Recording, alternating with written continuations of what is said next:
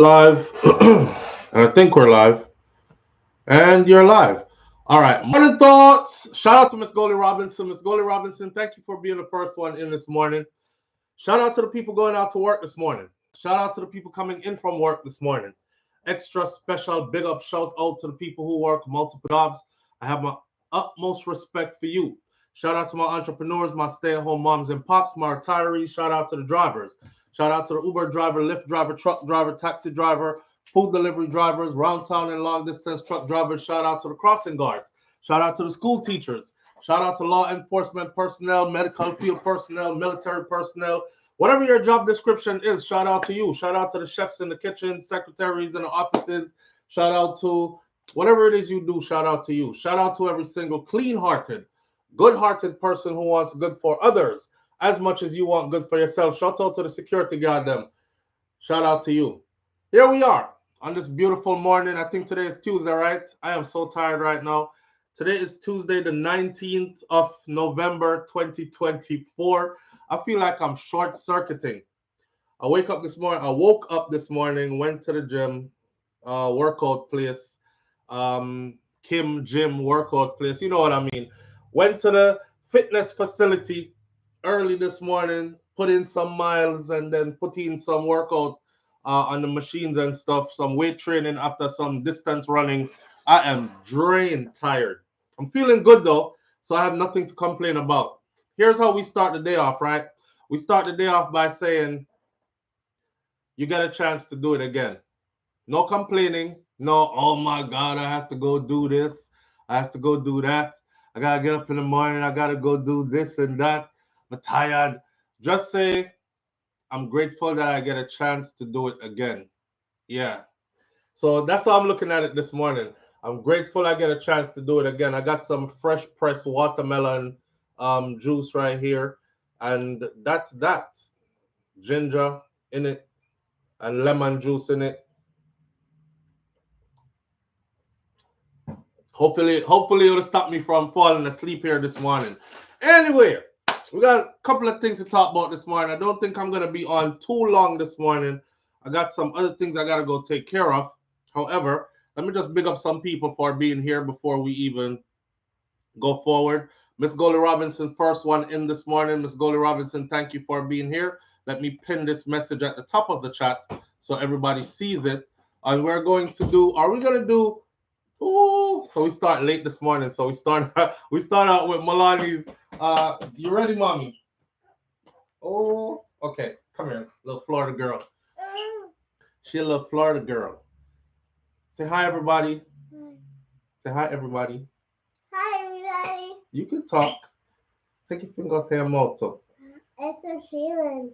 When you talk to people, you don't put your finger in your mouth. You just brave up yourself and say, hi, everybody. Oh, look. I got perfume. You got, oh, you smell good. Come, jump on daddy. Want to jump up on me? It's not chicken perfume. It's just perfume. I know, but it's yours. It's cloudy perfume. It's cloudy perfume? Yeah. Okay, you smell good. It smells good. All right, tell us what you're wearing today. I got to talk about the top later. But some blows like them, I'm see some boy out here. Are you starting off from down here? So we rocking the suede toes Adidas today. Adidas. That's what she's dealing with. Leather Adidas with suede tips. And her cargo shorts are on today with the high waist. You know what I'm saying? She is fit for the runway. This is Milani. Gorgeous Milani. The big buttons and whatnot. This looked like something from back in the 80s. I mean 90s, like early 90s when we used to wear like baggy pants and baggy hip hop clothing pretty much. Everything comes around again, I think. High fashion this now, I guess. And of course, her beautiful top, the beautiful top, I don't know what material this is, but it feels all soft and stuff. Has two layers to it, you know, looking all female-y and all gorgeousy. Mommy fired this side yesterday. Mommy did what? Fired this side yesterday. She did? Yeah, because it was too hot. She had to cut it and tie it and burn it and stuff. Yeah. Yeah, that's mommy. Mommy doing her fashion thing. All right. Well, you're looking gorgeous as usual with your little beautiful self. All right. You gotta tell these people later so you can go off to school. Say later, everybody. Later. You're gonna be high. Tell them have a good day. Say have a good day. Have a good day. All right. And give me my love up. Oh, I love you. You gonna have a good day, okay? Can you come with me when my When mommy come pick you up? uh-huh. When we come pick you up? Yeah. Okay, I'll be there. Okay. All right. I love you. Love you. Have fun. I have with my friends. You gonna have fun with your friends? Yeah. All right, my baby. Bye bye, Harvey. Bye bye, baby. All right, here we are. On to our things now. Hold on there. Live on the air with SouFLo. Good morning. Hi, good morning, Sofa. How you doing? I'm good, family. How you doing? Good. I just wanted to say I love when your daughter comes in the morning. Her She's so segment, huh? her little segment. Yes, Right. she's so precious. And when you hold her, like she just like melts in your arms, like she feels so safe and comfortable and just so comfortable being a daddy's girl. It's just so beautiful to see. I So appreciate I that. appreciate you sharing that with us in the morning. I appreciate you too. Thank you. Thank you. All right. Yeah, that's my baby girl, man. You know, you one thing you can't do is you can't fake these things on camera. You know, you could tell when because my daughter is that age where a 4 year old you're gonna know. You go around people's 4 year old or even your own 4 year old. If you treat them bad outside of the camera, outside of people's view, you're gonna be able to tell when other people are around. They're gonna be able to tell. That little girl is spoiled. Okay, my daughter is super spoiled. Both of them are super spoiled.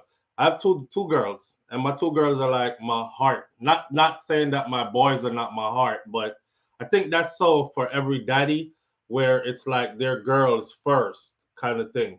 I, I know people are gonna be like, you shouldn't do that. You shouldn't line up your kids and be like the girls. So, I'm in a business. My girls are like my heart kind of thing. My boys are more rough and tough and tumble, and my daughters are like my daughter. I don't know how to explain it. We just love them off in a certain kind of way, you know.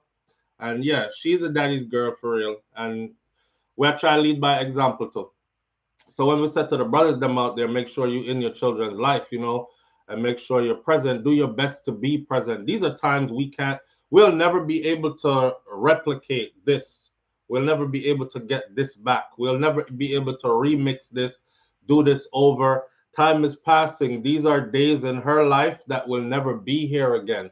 You only be for every age you are, you're that age once. And then it's on to teenage. You know how they get when they hit teenage years. My 10-year-old is she ain't too far from teen, but she already have all the little bells and whistles of the attitude, and she gotta say what she has to say, and her personality is becoming more assertive and stuff like that. You have to deal with all that too. It's a journey, man. But I tell you what, I'm enjoying it. I'm enjoying every bit of it. You know, I'm blessed. I'm truly blessed to experience this in life.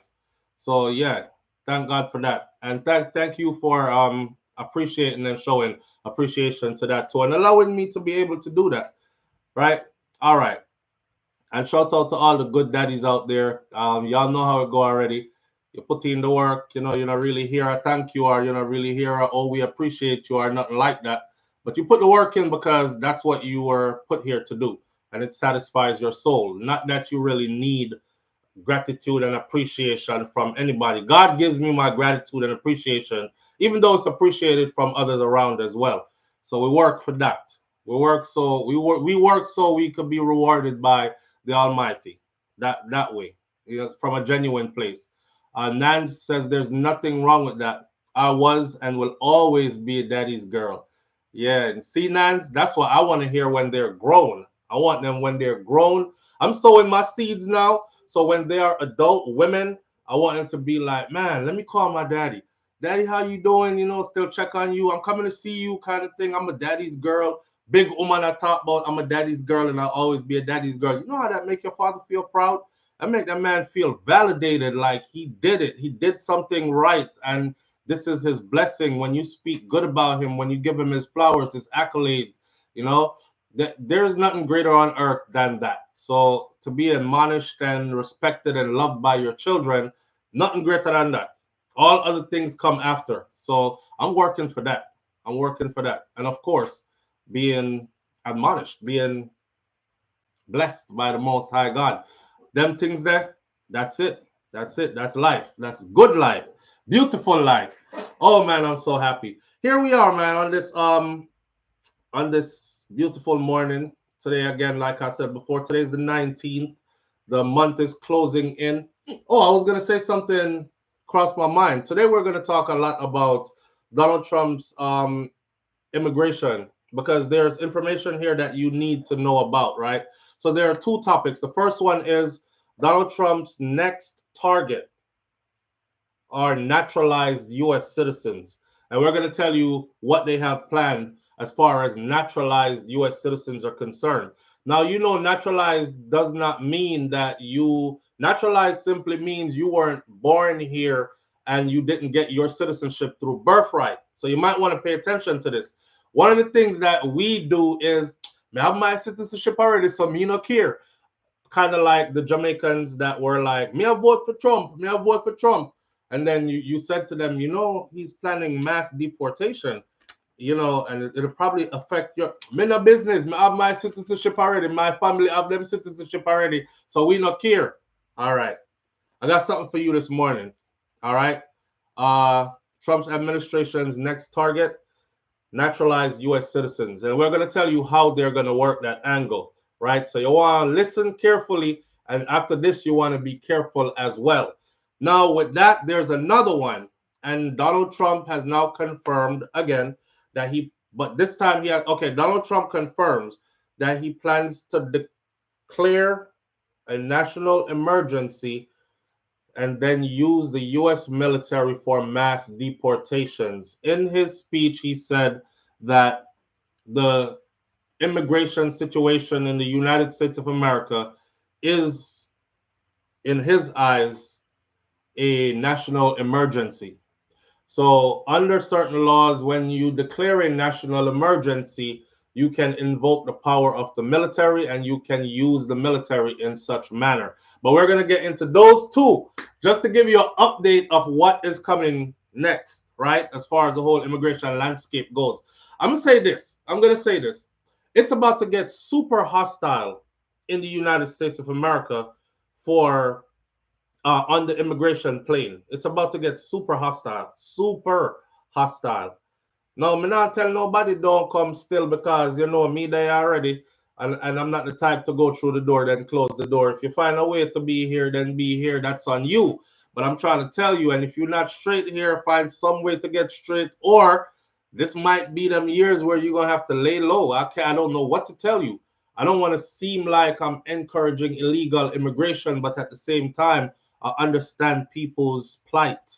You know what I mean? Especially if you're not a criminal, especially if you are in dire need of, and you're just truly, genuinely looking for a better life, and you're the type of person who brings good to wherever you're at. You know, some people say, any which part you plant them, they're a blessing there because they'll contribute greatly to that society there and so on and so forth. If you're one of those people and you're about to get caught up in the criminal them, the people them who leave them yard and come to the United States of America and bring the worst of you, and you're about to be ass out of luck, like big time, because you're like highest on the list of all this aggression that's about to be going down. So if you're there and do friggery and foolishness, just know that this is it for you. This is it for you. I don't know how you're going to get out of this one, but we're going to get into the details in a minute. But I do feel sorry for the others, though. Then again, I don't really, I feel sorry for the ones who deserve to be felt sorry for. Some of you, your people didn't feel sorry for you, and even you didn't feel sorry for yourself. Again, I was watching another documentary yesterday, interview rather, and this guy has been in the United States of America for almost 30 years, 20 something years, and he is illegal in the US as his status goes. 20 something years. And they asked him who did he vote for in the election. He said he couldn't vote because he's illegal, but he supports Donald Trump. And he encouraged his family members to go vote for Donald Trump. Now, this is a Hispanic male, right? And they asked him, how come, you're almost here, like almost 30 years? Do you know that after 30 years, you could be on your way back?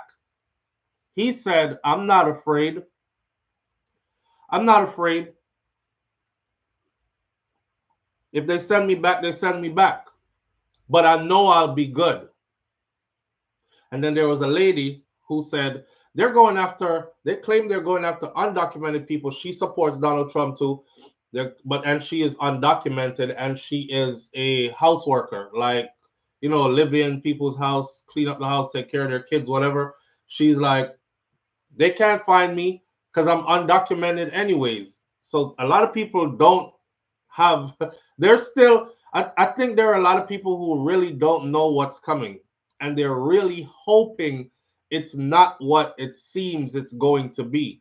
But they're going to be in for a rude awakening because it is what it is and some. This is not what you've seen before. This is Donald Trump's last 4 years. He can't never be president ever again. You see everything he had on the list before that he attempted and didn't get to do? This is his rallying point. This is his I'm going out with a bang point. This is his I'm making everything happen that's on my agenda, right? And it's going down. So if you're still sitting there thinking, I'll be all right. I'm here almost 30 years illegally, and if I still support him, if I get deported, I'll be all right. But I don't think I'm gonna get deported. Guys say he don't think he's gonna get deported because he's not a criminal. That man didn't say nothing about criminals, except for criminals are at the top of the list. But if you're not here, if you're here out of status, you're going. Anyways, then we're gonna talk, of course, about Shyne. Shyne Burrow, Belize politician Shyne. Some people don't know Shyne as a rapper. They know Shyne as the Belizean politician Shyne. For those of us who are old enough, we've been here through the whole Shyne story. Shyne is, I don't know if Shyne is throwing Puffy up under the bus or if Shyne is just finally finding the right moment where he can clear his name and make some money at the same time. Because he's made, as far as I've been told, he's made, I heard Funk Flex and the rest of them say it, credible people, which I don't know if they know the details, but I know they're industry insiders. So they're like, yeah, you're making a lot of money. So he's making good money, but not a lot of them are pleased with what he's saying. So we're gonna get into some of what Shyne's saying too, and the situation that Puffy is in right now, and see if this is. I tell you something about life, right? We have a saying that says, "Today for you, tomorrow for me," right? You laugh today while I cry. See, tomorrow when you're crying, it's my turn to laugh. And believe me, some people and a lot of people, they wait that opportunity and that time. And you might think it's all good, because I thought it was all good. And just when you are like all the way down, it'll be that person who you thought, man, we smooth things over. We deaded the beef. We're good. That's that person with two daggers. Then you on the ground, and they about to, I've been waiting for this moment, and you're not getting up. Stay your ass down there. I don't know. That's how I feel about how Shyne is going in right now on Puffy, because they were just standing, smiling, laughing, rapping together, all this other stuff, and then now this. And Shyne is trying so hard to clear his name and to get himself away from. So, you know what? Without further ado, where do we start? Do we start with the immigration stuff or do we start with the Shyne and Puffy stuff? It's up to you. 60 seconds. Let me sip some of this watermelon juice. I need it. The sugars to keep me awake. Talk to me nice. Shyne. I got two Shyne, two immigrations off the bat. Dorothy T. Nanzis, Shyne. Sean Cassell. Big up yourself, Sean. Sean Cassell. Mel says immigration. Grace James, immigration. 3 immigration. 4 immigrations. 2 Shynes. 5 immigration. Audrey Wright says immigration. Kite Tai Jai Empress in the building says immigration as well. We got more immigrations. Claudette Sterling says immigration as well. We're working with 6 immigration. 2 Shynes. Let's go. We are 25 seconds in. Missy Brom says, when you think of peace and safety as sudden destruction, Yes. Nancy Gross says immigration. Claudette Sterling says immigration. Overwhelmingly, it looked like it's going to be immigration. Miss Goldie Robinson says immigration. Claudette Sterling, immigration again. Claudette Sterling is voting twice. I hope you didn't vote twice in the election primaries. Black Eagle says immigration. We are 40 seconds in immigration. Black Eagle, big up yourself. Thank you for being here. Sharon Dickinson, immigration it is. Rosalind Smichael says immigration as well. And we have 15 seconds to go, and we don't really need a breaker because it's overwhelmingly immigration. But I'll just let the 15, 10, 9, 8, 7, 6, 5, 4, 3, 2, 1. Immigration, it is. Mervyn the Point, Jamaica Curse says immigration wins. Jazzy Lady, immigration. Wayne Nathan, immigration. Everybody said immigration. Them barely make your vote once. Oh, in the election, right? It feels so good when you do something good for your body. Like I can literally feel that watermelon juice just going down, down, down. But buy me watermelon, them bust them up. And shout out to whoever told me that you can use the skin of the watermelon because I didn't know that. I thought the skin would have scratched my throat or something like that. This time, I just wash off the whole watermelon, cut it up, send it through the juicer. Skin, rind, the meaty insides, everything, seed, everything. And it is so good. All right. Let's start off with the immigration stuff. Let me see. I'm going to start out with Donald Trump has now confirmed plans to declare national emergency and to use the military for mass deportations. Listen, when they first said that, when he first said he was going to do it, not when they said, when he said he was going to do it, I was telling a lot of people that he said he was going to do this. And a lot of people were telling me, SouFlo, you know better than that, man. You have sense. Come on, man. That is all sensationalism. Some of them would be like, you need to stop listening to Fox News. And I wasn't getting it from Fox News. I didn't listen to Fox News. I was just reading. And then I saw him say it out his face, right? Well, he has doubled down and he has confirmed that this is what it's going to be. So, President-elect Donald Trump on Monday double confirmed that he would declare a national emergency to carry out his campaign promise of mass deportation of immigrants living in the United States of America without legal permission.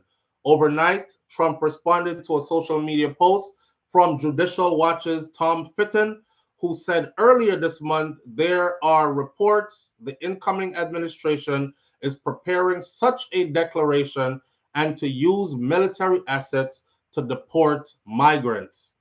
Trump said that is very true. Trump pledged to get started on mass deportation as soon as he enters office. He said the deportations start on day one. On day one, I will launch, quote unquote, on day one, I will launch the largest deportation program in America's history to get the criminals out. He said during a rally at Madison Square Garden in the closing days of the presidential race. He said also, I will rescue every city and town that has been invaded and conquered, and we will put these vicious and bloodthirsty criminals in jail. Then kick them the hell out of our country as fast as possible. I'm telling you right now, if you're into any criminality, I know a lot of us I shouldn't say us because we're not in no criminality, but I'm the type of person that always try to work for mine. You know, I don't have no pride when it comes to getting my dollars. You pull up to a Burger King, don't be surprised if you see me in the window, welcome me, I take your order type. I'm not the kind of person that got pride when it comes to how I earn my money. You know, take care of my kids, pay my bills and stuff. I'm trying to stay on the legal side of things. If you into illegal activities, it's about to get hectic for you. Last night they went over this again. Same thing again. Just to let you know that it is exactly what they're working on. So already he has tapped several immigration hardliners to serve in key cabinet positions. South Dakota Governor Christy Noem was picked to be the Homeland Security Secretary, pending Senate confirmation. Former acting U.S. Immigration and Customs Enforcement Director Tom Homan was named as the border czar, and Tom Homan is said to be somebody that he plays no games. He is a hardliner. Tom Homan also worked under President Obama, and quiet as it's kept, President Obama actually deported more people out of the United States of America than any other president. I don't know if y'all knew this. More than any other president, not more than Donald Trump, more than any other president. And the person who was spearheading that was Tom Homan. Tom Homan and President Obama came to disagreements because Tom Homan wanted to go even more hardlined, and President Obama did not. He had a soft spot for people who weren't committing crimes. Homan previously discussed his vision to mass deportation and recently said that he would first concentrate on expelling criminals and national security threats, those who he deemed a threat to national security.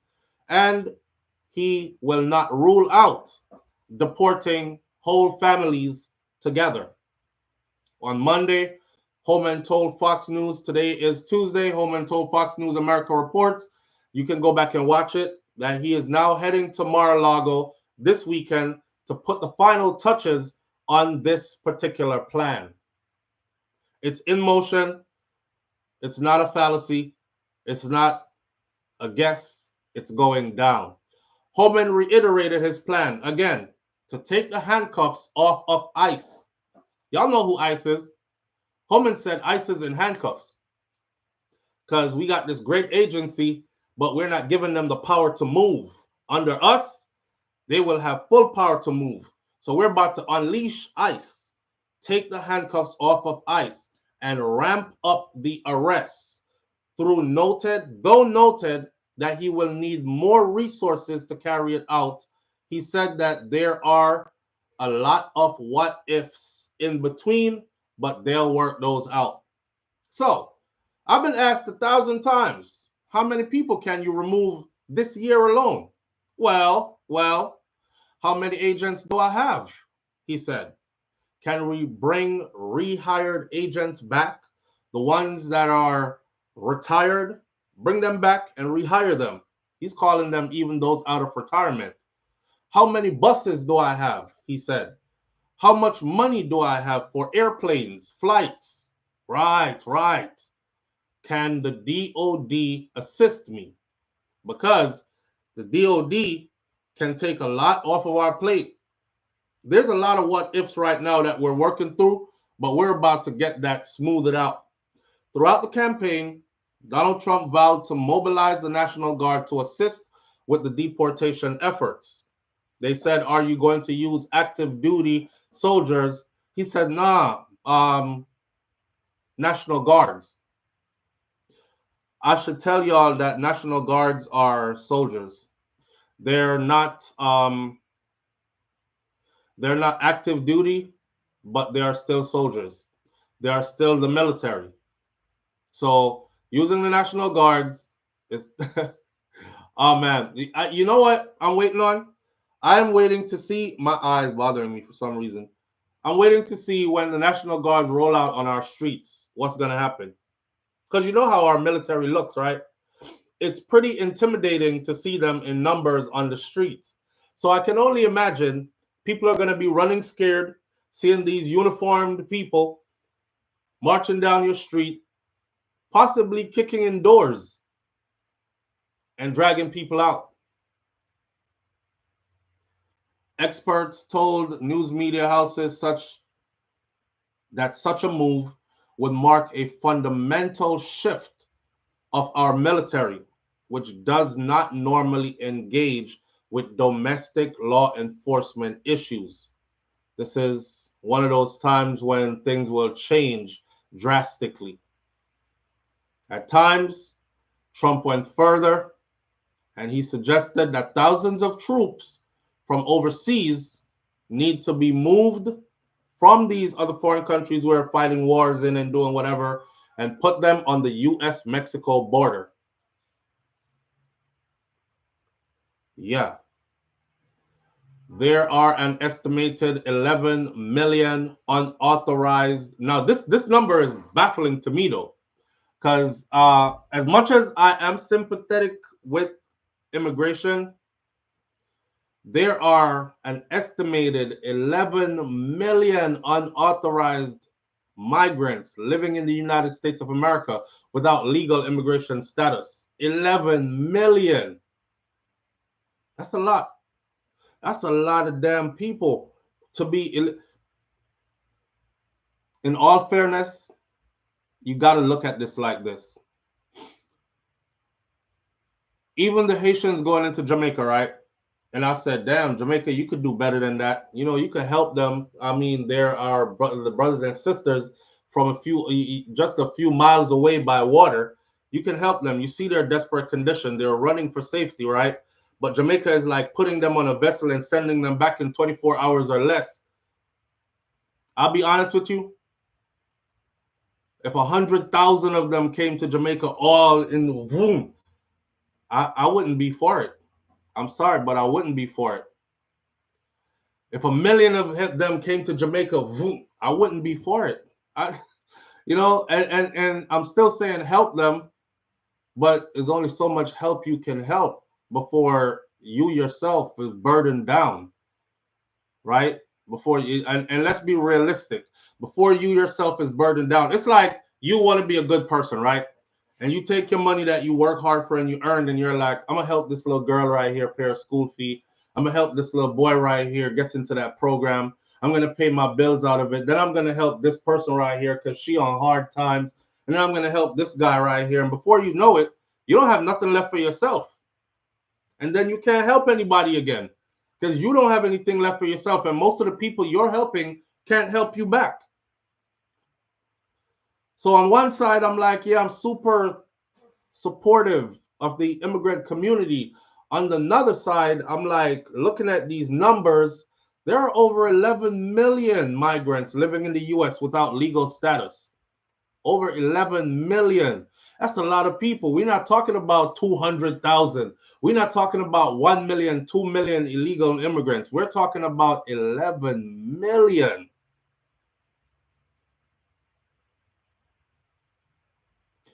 BM says why the USA can't go to some of these countries and solve their problems. BM, I think ask that again.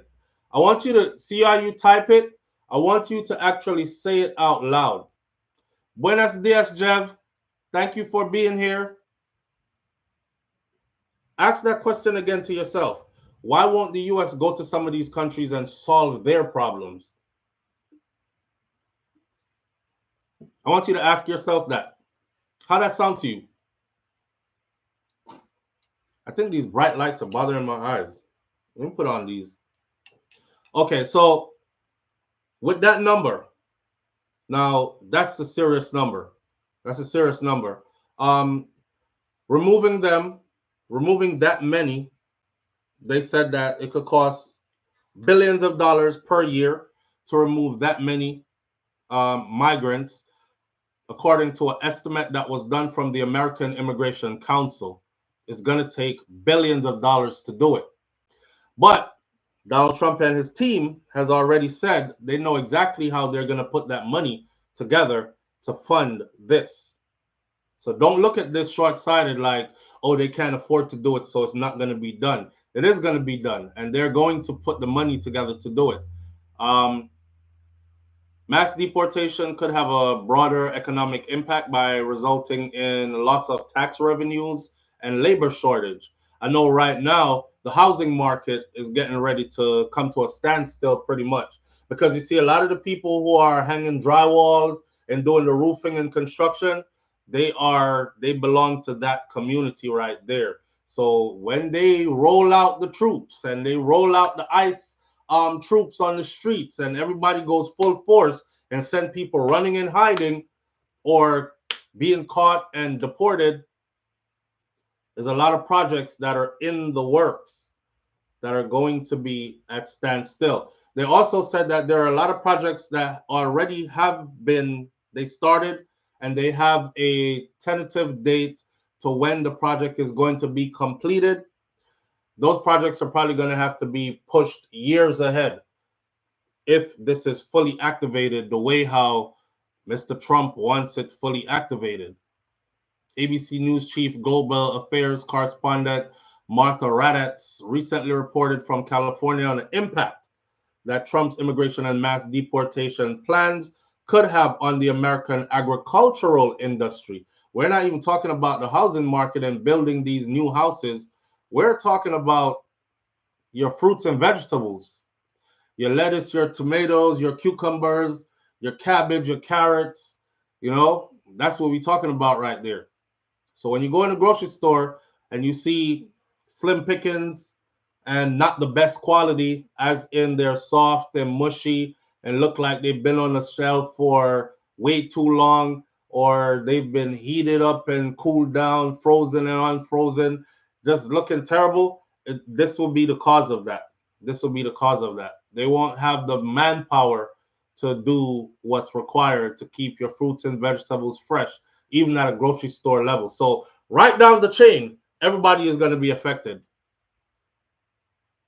If you took away my workforce, you wouldn't eat.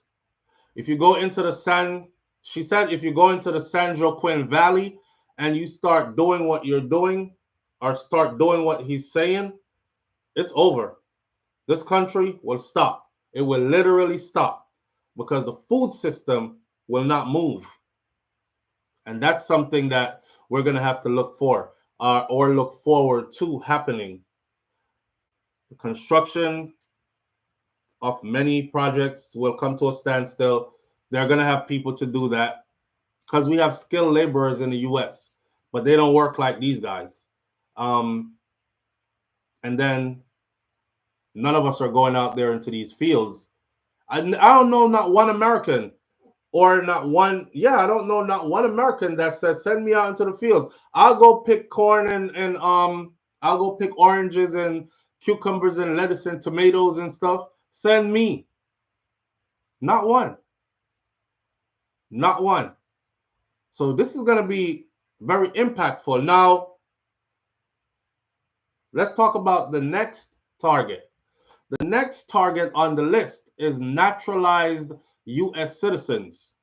See, y'all have to follow these immigration videos I'm doing. The last immigration video I'm doing, even though I don't have the information in front of me and I don't want to mislead, so if I don't have the information in front of me, I don't normally talk about it again. I just encourage you to go and watch it.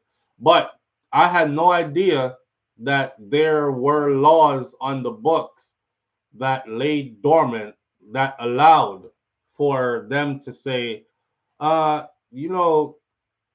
this country, in this region, any country or region they choose, this country or this region is hostile towards America.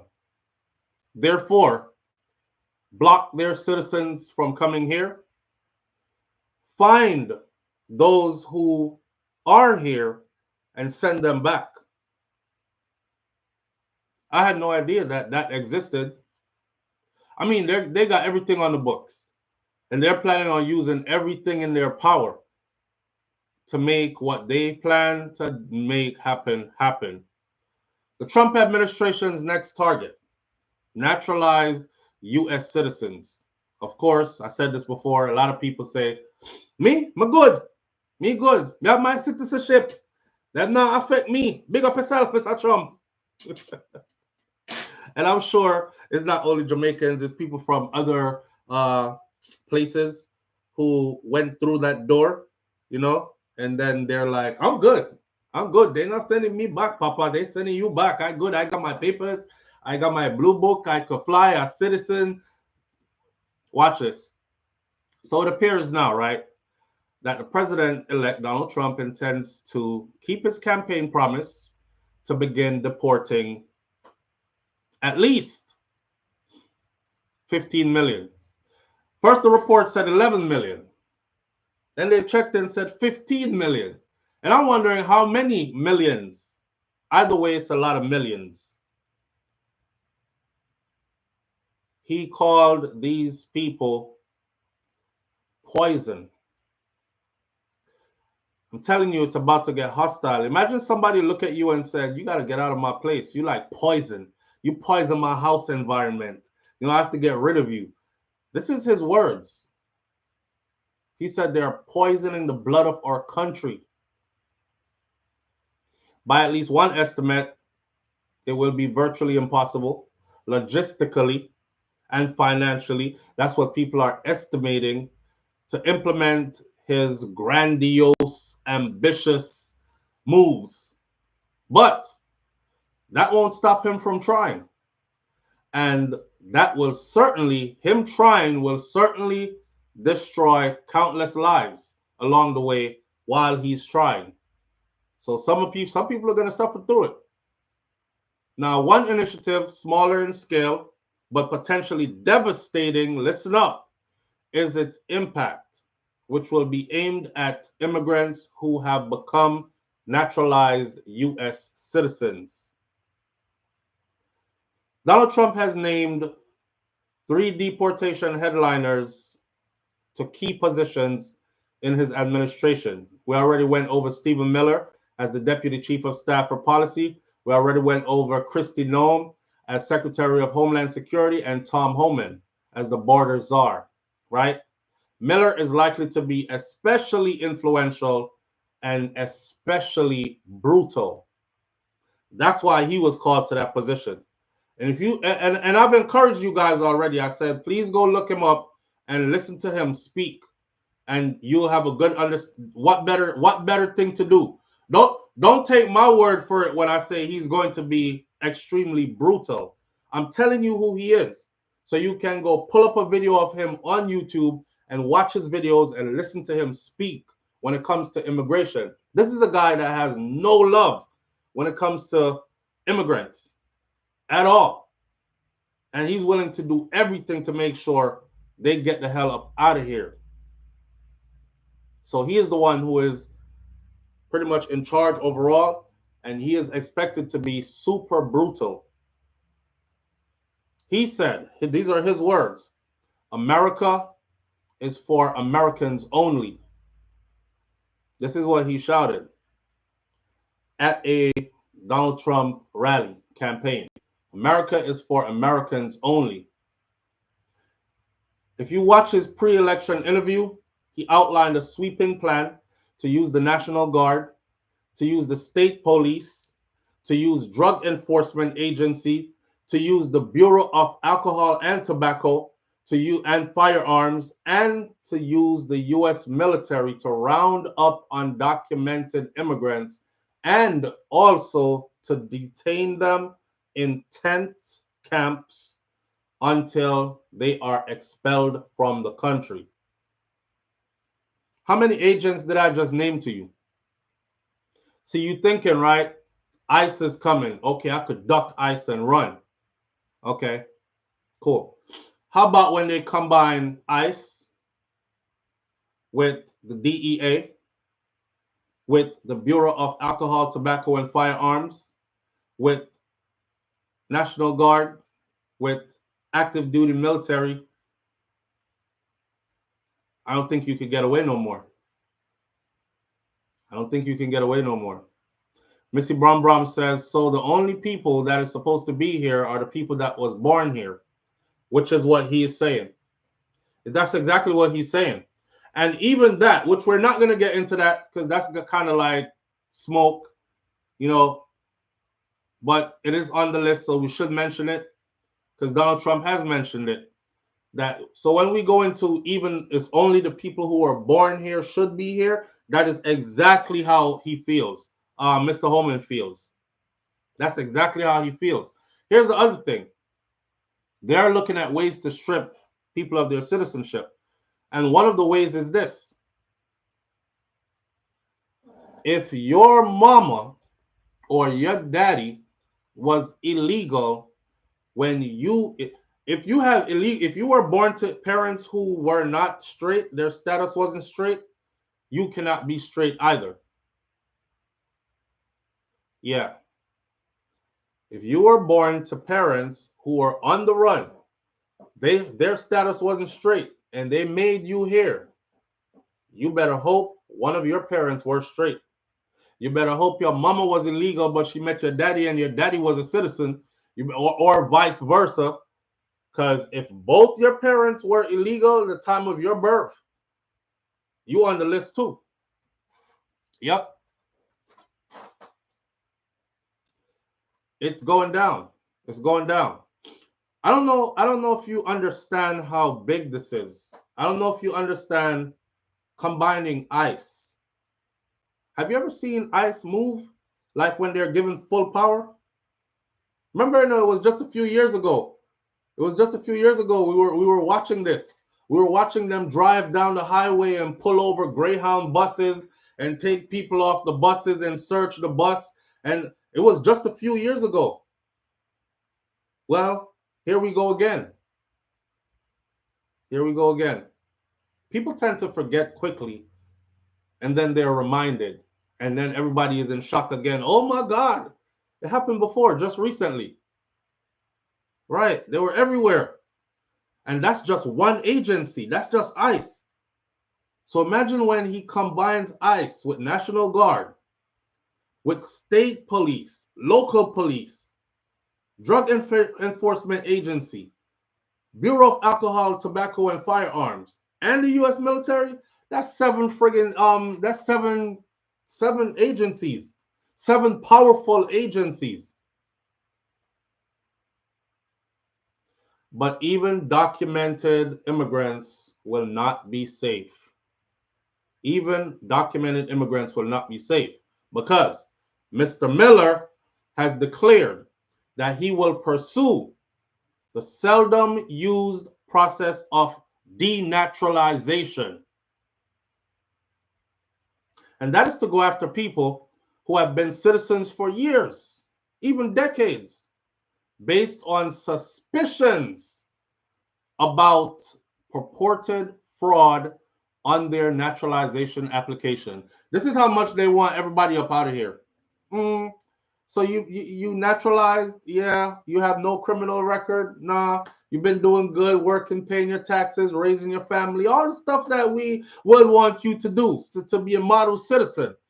Let's go back and look far back into your paperwork. Let's see if you told a little lie when you were coming in that got you that approval. Let's see if were you really married though? Remember, I know. Remember, chat like a patwa. Hold on there. Were you really married though?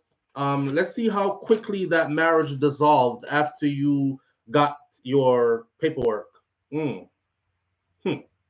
That's funny. Okay. Let's see. How did you come in? Where'd you go after that? Who got you? They're about to backtrack in people's. They are about to backtrack in people's. Lulu Riches, SouFLo, you're a true Jamaican. Also, Vice President wife and her people. Them. Here's the thing. I hear people say this all the time. When I do a story and I say, John from Spanish Town get catch in New York, 30 kilos of coke. Them give the man 50 years in a prison. It might as well him did kill somebody. But you do the crime, you do the time. A lot of people always say this. Make them move on, go. After the man never kill nobody. The man a hustle little drugs and try to make some money for him family. Nobody smuggle more drugs and sell more drugs than the government. So them to put themselves in a jail. Y'all know that that line of argument is dumb as hell, right? Yeah, because it ain't going nowhere. So why even have it? Why even have it? When them catch you out the road doing wrong, right? When they backtrack your paperwork and saw that that wasn't really his wife, he paid her a little bit of money, she married him, he got his papers, he was on his way, and they grab you like this to throw you out. You can't come up here and talk about, well, Trump wife need to go too. It's not going to work. Live on the air with SouFLo. Good morning. SouFLo. Yes, fam. What's going on? Morning, boss. Medea. What you program, And I'm not really a member, but we just want to call in to say something. Say it now. if the boss man I go send home immigrant, Mm-hmm. the first person I go send home my wife. I just said this. Three quarter of the military Mm-hmm. are immigrants. So how am I going to use the military and whatever if line of people? Am I idiot? Am I fool? Most of who is in the military is probably going to be safe because they're not going to So kick why any. why You, why you if have they're to. gonna be safe? Why me as a natural citizen, naturalized citizen cannot be safe? Why not go Well, send me home? because them not have no use for you. He not no use for the military neither because Of course, he if the have use for military them. Of then course, he has use for them. Who's gonna then all right, Who's gonna me fight boss. wars, go on deployment, secure their interests, run these streets if them need to round up people? It's the military. Of course, he has Yes, so use for them. when he send home all of them people I know who are gonna fight the war, who are gonna be in back with you. Then that may I tell a brother say he's not sending home the military people. Them most likely will be good because there is use for them. Well, So there's that immediate means that use the for them. enemy ever just come in America and just blow up America because they don't have the only people they never have to back them is dominate the military. You're not gonna get no food because the people that work Which on the civilian farm has are stopped immigrants. which civilian is stopping enemies from coming into the US and blowing it up? Well, None. there's no gonna be no None. people in the country. There's gonna be no None. American. None. Which civilian is stopping which civilian is stopping enemies from coming into the US and blowing it up? The one that would decide to fight None. back. No, the answer is none, bro. None. Okay. None. None. And ain't nobody coming in here blowing up nothing. The last time anything blew up here is Americans blow it up. And before that was 9/11 and years apart. And you see how all that played out, right? Some places Yeah. got wiped off the face of the earth for that. So Yeah. don't worry about that. Don't worry about that. That is not the issue. What I'm telling you is you have to understand what's going on right now. Let me tell you what America is doing, right? Or what Donald Trump's goal is. His goal is to have only people who are functional to the needs of the United States of America. Now, you can call that selfish if you want to, but that's like me waking up and saying, if you don't pay no rent in my house and you're not help me fix up the house and clean up the place and stuff, pack your shit and leave. And then you just start picking people. You useless. You gotta go. You taking up space. You gotta go. Nah, I got use for you. You young and strong. You want to go in the military? It's like, yes. All right, go on in. All right, all you So over there, stay over there because you can do whatever. That's how it is. so how about the civilians that will build the country? But build which country? America. What? You don't understand what going on? What? Of course we understand what going. But you acts like you acts like them care. May I try and make you understand that these people don't care. They have an agenda and they're letting us know what their plan is. So all I can do is give the information as them giving it to us. Yeah, like him say that, Elon Trump, Musk. Elon Musk Mhm. building a robot then to take over, and that's what he might deal with. Might deal with robot, because himself is a robot. All right, my brother. Blessing you, brother. Mothers Blessing are you. respect. Keep up the good work. Keep up Bless the good work. up. Blessing you. Yes, I am. Blessed up. Yeah. I saw sips watermelon juice. Ah, and shout out to the people who have a skilled trade, and shout out to the people who are essential workers, because your job will probably never go anywhere. Yeah, yeah, and you know what's funny? It's a lot of the jobs that people frown upon too. They those people, you will forever be needed and in great demand. Big up to the CNA them in the nursing facilities and home health aid attendants and these people. For them job ever secured. Live on the air with SouFLo. Good morning. Yeah, yeah, so true. Yes, sir. Listen, an Indian, And the what?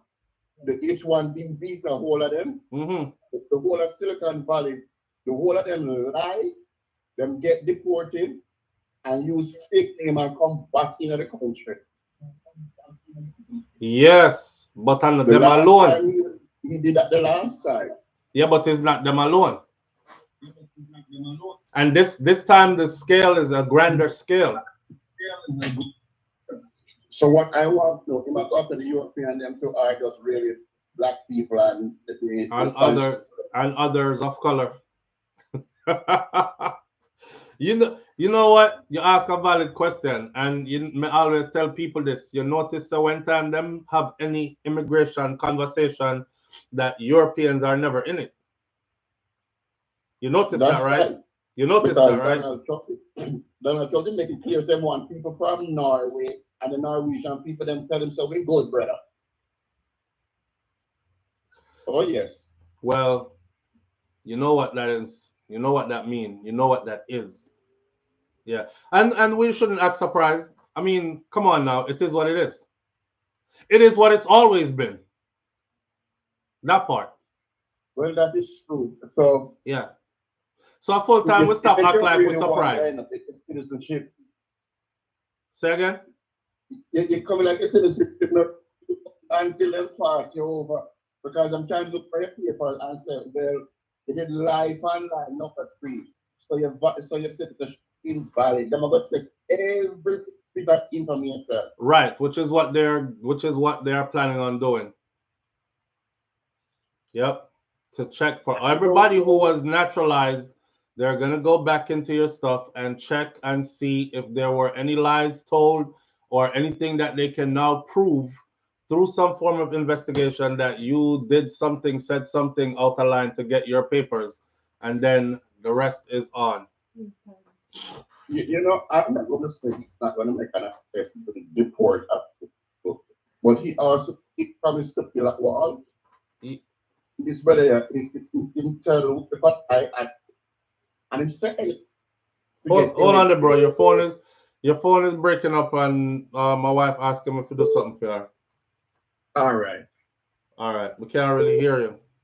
Yeah, but can I just sit, please? Hold on. Them enough time?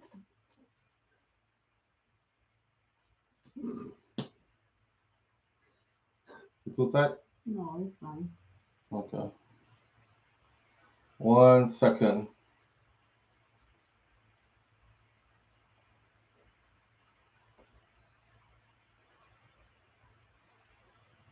You good? Mm-hmm.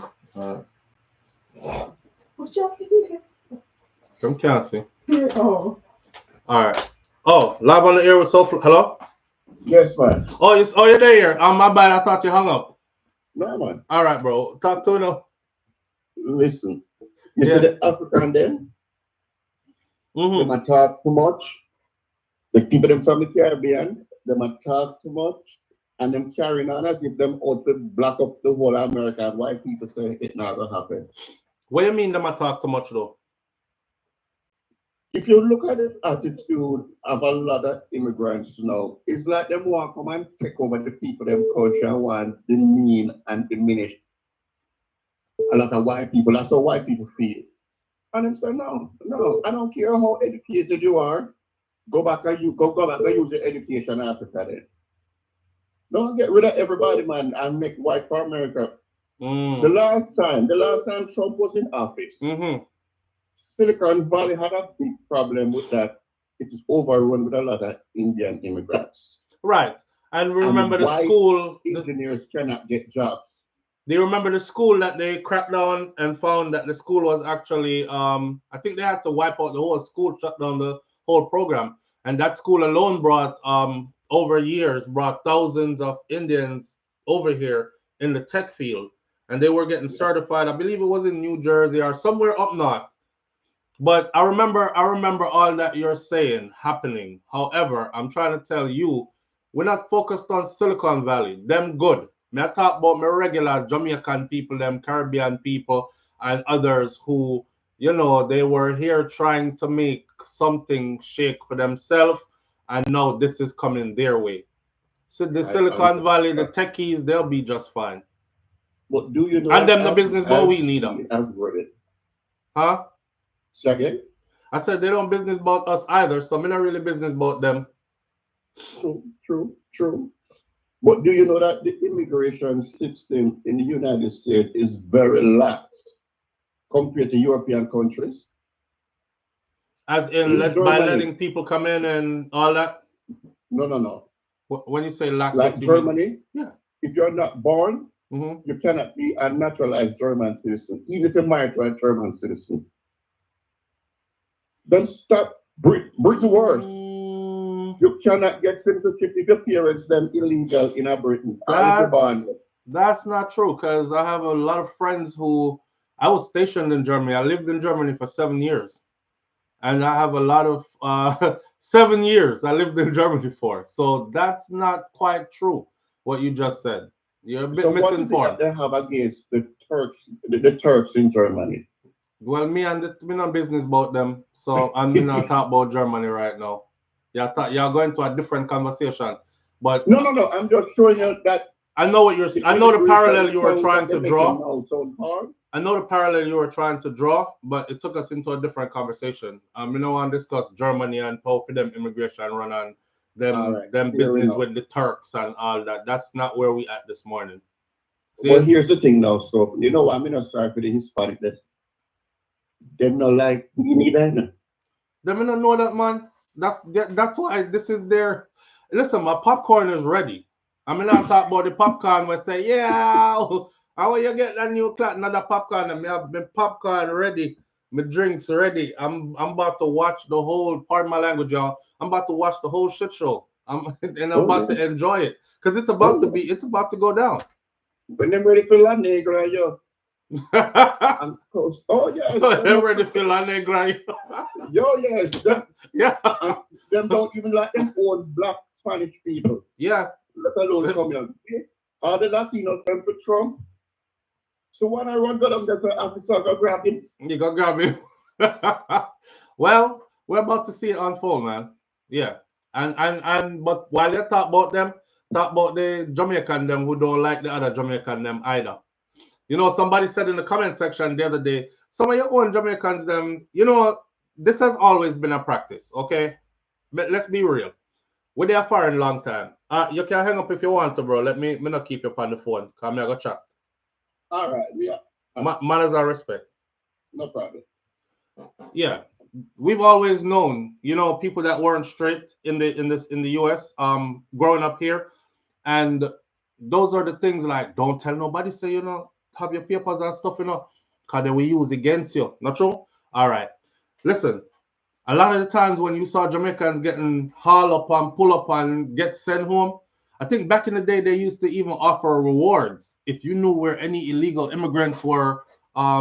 You could call this hotline right here, and they'll give you a certain amount of money. I mean, I remember if it was like $500, something like that. Man, friend them start disappear.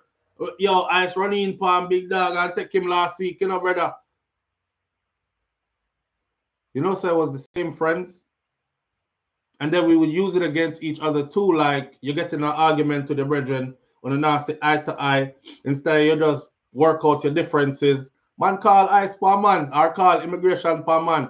Now tell them say you're there illegally and which part you work or which part you live or whatever. So they will weaponize your status and use it against you all along.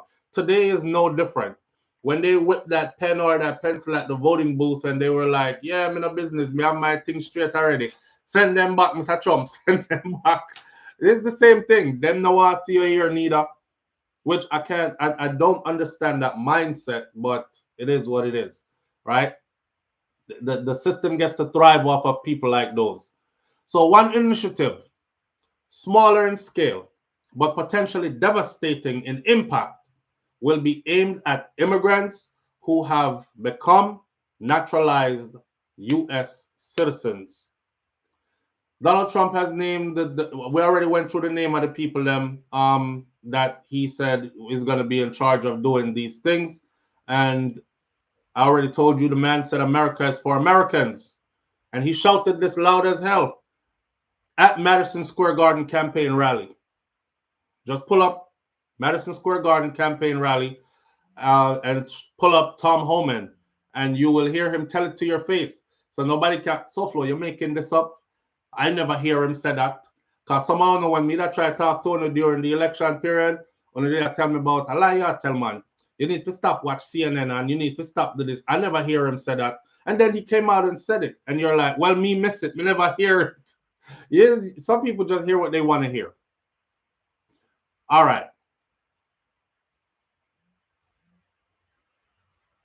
Even documented immigrants will not be safe because Miller has declared that he will pursue the seldom used process of denaturalization to go after people who have been citizens for years or decades based on suspicions about purported fraud on naturalization application. Based on suspicions. Do you know? Let me show you how suspicion works, right? Because I know you're still being doubtful, some of you. Do you know when the police pulls you over here in the United States of America, right? You will say, I do not consent to a search. They'll ask you, you've been drinking? No, I have not been drinking. A matter of fact, I don't drink. I don't smoke. What are you pulling me over for, officer? I do not consent to a search. Do you know how they get around that? I smell a strong odor of marijuana, which gives me, right there, the door is open. Now smell nothing, you know? I smell a strong probable cause. I smell a strong odor of marijuana, which gives me the right to, hey, do you mind stepping out of the vehicle, sir? Yeah, just come on, get out of the vehicle. What are you doing? I don't want you to search my vehicle. I didn't do anything. Well, sir, that was all fine until, you know, that scent of marijuana hit me in the face. I don't know if you have pounds in the car or if you're smoking and driving high or what the case is. You stand over here for a minute while I go through this vehicle. Those who married for green card.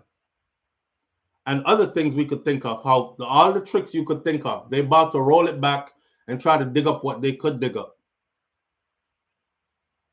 Again, he said he's about to go after using the process of denaturalization. It's a process that is real. It's a process that is on the books. It's a process that is perfectly legal to use. They just haven't been using it. So don't sit there and think they're going to have to pass this and get this to become law. It is law. It's on the books already. They're just going to use something that's on the books that they haven't been using. And the way he's going to get to use it based on suspicions.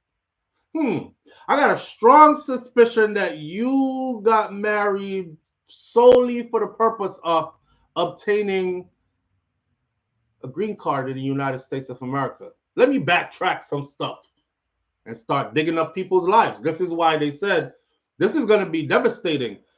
Even if he's not able to carry it out on the scale that he wants to, just him trying to carry it out on that scale is going to be devastating for a lot of people.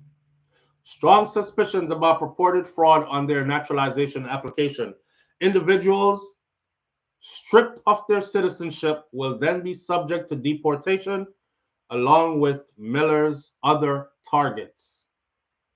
Not every discrepancy or inconsistency is evidence of fraud, though, of course. So it is inevitable for some legitimate citizens or those who made minor mistakes based on confusion, they may be caught up in this overzealous investigation. You made minor mistakes on your stuff. They come back and said, this is not true, is it? You lied right here. And you're like, I was nervous. They're even warning you that some of these types of people might be caught up in here. A genuine, natural mistake. You were nervous. Y'all know how that process goes, right? A lot of people sit up and study like I'm gonna study for exams under this process. And it's a nerve-wracking thing. I have to go in tomorrow, you know. Yeah, I have to go before the people them for my immigration question and answer session questioning. It's nerve-wracking for a lot of people. So some people are nervous for real. You might have said some stuff, answered yes when you should have said no, whatever. They try to find anything to strip you of your citizenship, your naturalized citizenship. The process of invalidating naturalization was created by statutes in 1906, providing that citizenship may be cancelled if it was obtained through false statement or fraudulent omissions. 1906. It was used inconsistently in the 20th century with periods of intense activity during the World Wars and the Cold War, and much less often in less perilous times. So, for those of you, oh, they're going to have, nope, it's been on the books since 1906. Old laws on the books is what they're digging up, and they're going to be using it to their advantage. Now, by the early 21st century, denaturalization, the taking away of people's citizenship, that was mainly sought for accused terrorists. That was mainly sought for like war criminals and human rights violators who had like concealed their backgrounds on their visa and citizenship applications. During the Obama administration, for example, a successful denaturalization case was initiated against a person whose name was Rasmea Odeh. Rasmea Odeh had concealed her previous convictions for a supermarket bombing in Israel that had killed 2 university students. Made her way to the United States of America, lied on her papers, got through. During the time of Trump, the first Trump administration, the Department of Justice established a new, let me say it again, during the time of the first Trump administration, the Department of Justice established a new denaturalization effort called Operation Second Look. Second Look. That's kind of self-explanatory. Maybe we need to take a second look at Second Look. And that was established under Trump's first administration. Tasked with investigating citizenship of thousands of immigrants who are suspected of obtaining their naturalization by fraud or misrepresentation or by deceit. You don't have to be a terrorist. You don't have to be somebody who's coming here to do anything. Just if they think you got it by telling a lie anywhere. Operation Second Look hired scores of agents, initially more than tripling the number of active denaturalization cases and promising many more to come. Now, while Democratic administrations had focused on those who have done something terrible, the Trump investigators appeared primarily to go after people who did nothing of note or whose wrong caused no harm. Like Granny, who did nerve us in our interview and said no when she did supposed to say yes. And them catch it now and them come back now and them say, but you said no right here when we know now it's yes. This was the difference between the two administrations, which I've spoken to you about before. In 2017, the Supreme Court limited the government's ability to revoke citizenship, unanimously holding that naturalization can only be canceled for materially false statements, meaning a lie or intentional omission, which means you intentionally withheld some information from them that would have precluded naturalization in the first place.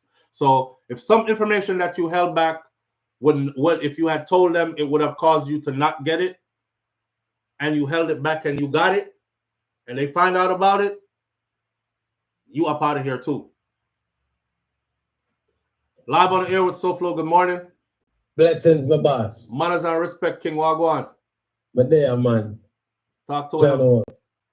Quick question for what I say. So yeah, try to tell me, say, if grandma, see him, when make a mistake and tell one lie, see? Yes. And she get her citizenship, see? And then now she send for my mother. See? My mother probably most that she come when she a teenager. Right? Now, she come when she at 20. But me born in Jamaica. See. So she left me as baby. See. So she come turn citizen, draft for me come citizen. So I mean a problem too. That one, me know I may have to laugh because that one is complicated though. So pretty much. Me can't speak to that one there. Can I make it before me call it? I say, well, basically, try your name, Naturalized. You're under investigation. Yeah, from your name, Naturalized, it the whole away. From your name. Yeah, even if that come from a generation of Naturalized. Yeah. I think a grandma alone would have get in trouble this or do, because unless them can find out somebody lie for you. All right. Then if you go say grandma get in trouble next time, grandma tell lie. Then you want to commander lie. No. Make it make sense. Yeah, man, but she lie on fear application about she. No mean say you did get lie about or your mother did get lie about. Maybe everything be true and straight for fear. The citizenship come from where everybody come. Yeah, but that gone already. So you No, have fear already. You see the question I may ask. I see the question where I asked clearly, but may I guess said that would have gone already, as in you get yours and you get yours clean and clear, but me understand what you say still. It kind of like more information. Yeah, we need more information, but kind of like this. You know, the two boys them from Florida where they go rob the house and them a run from police, because police catch them, the house alarm go off. And police claims that them shoot after them, so the police shoot back. Police shoot one of the youth them and kill them. And the other youth escape, but them catch him later. So when them catch him later, them charge him for him friend murder. So instead of going to prison for breaking and entering, he went to prison for first-degree murder. Mr. That person. All right. In Florida. Yeah. So your question is absolutely valid. And me not speak as an agent because I don't have that knowledge. But you make sense. I would think that they would say, well, I would think they would have dig up your paperwork to them. in reference to the African somebody what is successful denaturalization go on with under UFA administration based on that bombing something that excuse me language. We can go on. You can go on, you can send back. So you might sound away, but if you have bomb place, come on, man. Yeah. Come on, man. Me agree. Yeah, I understand my sound away. Yeah. Some people it all cause a problem still when Trump decide to do it go cause a lot of pandemonium. If at that scale it might take it up, especially with the operation second look something there. Yeah. And so on. You know. Yeah, but when time them you see how we live with life, bro, and not paying no attention to certain things. And then let me tell no lie with me I give my wife. Everybody I check now, you know. Everybody, hey, you know, I mean, police this back here, you know, you're not doing nothing. One like to tell, I can't go on. All right.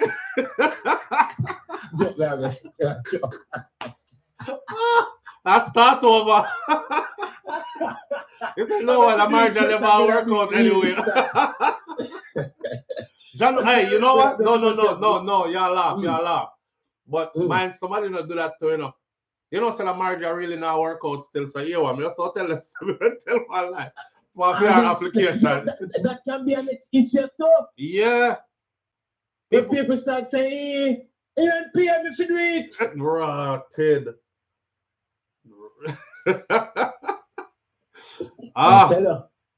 Serious times are coming. Some of them girls, you know, things they already. Some of them come up here and just hold a big fatty and say, you know, and straight out the papers and everything like that. As paper straight man does tip well left. Left them are broken. Yeah. Revenge time now.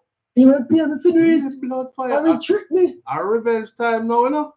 Ain't a problem.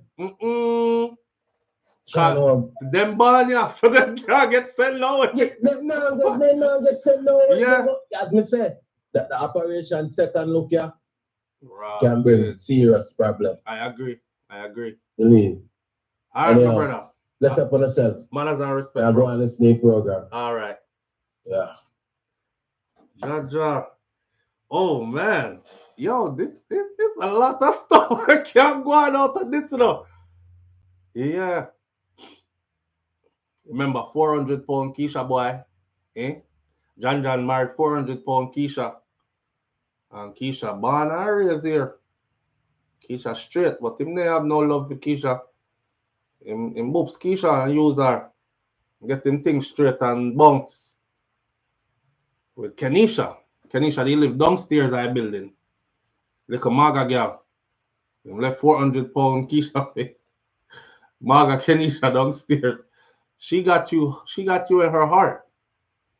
Now make sure find out about them rules here that's coming in place here. Yeah. Oh shit. You see the people them will actually use people. No, fun and joke aside. The people them that actually use people and then them people they are gonna have grounds now. It's kind of like this. It's kind of like what's happening to Puffy right now, P. Diddy and a bunch of other people right now. This incident happened 1999. We're in 2024. A gal come say, yeah, he took me to a party back in 2000. It was 1999, and we're on the brink of New Year's celebration. And, I went to the celebration in X, Y, and Z, 10 million judgment out of your bank account. This live on the air with SouFLo. You remember what Papa did say? What is it? Trouble Diddy. Well, not in that trouble, you know. All right. Bye-bye. All right, later. Remember what Bujo did say? Things change, no one sits a life hard. Why you never send a penny come a yard? Me did I encourage all heap of people over the years still go, invest because something on a yard or at least treat two family member good. Did some people reach up far enough forget say they have family members a yard. They didn't even talk to them people them. Ask them when last you been to Jamaica. Me not go back to them place there, bro. like that's not where you from, Me not go back to them place there, bro. Hey, oh hello. Ah, see, this is the reason right here, right? Why me can't separate myself from my yard, and I keep saying my yard because no matter how long I live here in the US, it's always in the back of my mind that somebody under some new administration can come put some laws on the books, activate them, and next thing you know, I'm on my way marching up out of here too. Y'all never think about that? Me hear people say all the time, me good, I got my citizenship and I don't commit no crime, so them can't touch me. All right, listen, you don't make the laws, first of all, and you weren't born here, second of all. So any card can play, right? Any card can play. Live on the air with SouFLo, good morning. How you doing, SouFLoTV? I love everything you do. Manners and respect, fam. Thank you. What's going on? Yeah, I'm a truck driver. I'm over here, bro, but I'm let you know what's going on. You said people was gonna hide. Hold on. You gonna do it Try to straighten up your phone for me. We can't really hear you. If you're on speaker, Bluetooth, headset, anything like that, we can't normally hear you. Okay, let me turn it off speaker. Okay, you can hear me now? Loud and clear. This is what I'm hearing. No, we can't hear you. Can't hear you. Can you hear me? No, we can't hear you, bro. I can only hear you when you say, can you hear me? But once you start talking, it just goes brrrk, and we can't hear anything. All right, hold on. Let me tell you. Crystal I don't G. know why was going there. Crystal G is asking if I know how long it takes to get Jamaican citizenship. All right. Wait, let me turn off this. You have to go look up Jamaica immigration, Crystal G. I would imagine that it's different for everybody. Just like in the US, it takes some people a shorter amount of time to get it than others. The same thing for Jamaica, it probably take, shorter amount of time or longer for depending on whatever the details are that they're gonna have to work out I was trying to work with bro, but his phone ain't really working. Yeah. So it'll be different for different people. Hear what I'm saying though. I just told people over the years, man, like stay in line with, like take care of two family members from home, you know, and I'm nothing for carrying something nice for somebody and check upon them and see how them are doing these kind of things and all these things. Some people actually literally throw stone behind them, you know. A whole heap of people literally throw stone behind them. And if it come down to it, where an administration, now I'm not going to try to scare anybody and use a scare tactic and be like, oh, everybody that's naturalized might be going away. But think about those that do, and imagine if you find yourself in this situation where you are sent and you're one of them that thought this could never happen to you. Now you in a situation where you thought it could never happen and it just happened. What you are gonna do? Me know how to catch up with fire out the door. You know? Me know how to catch up with fire out the door. Yeah. What you all gonna do?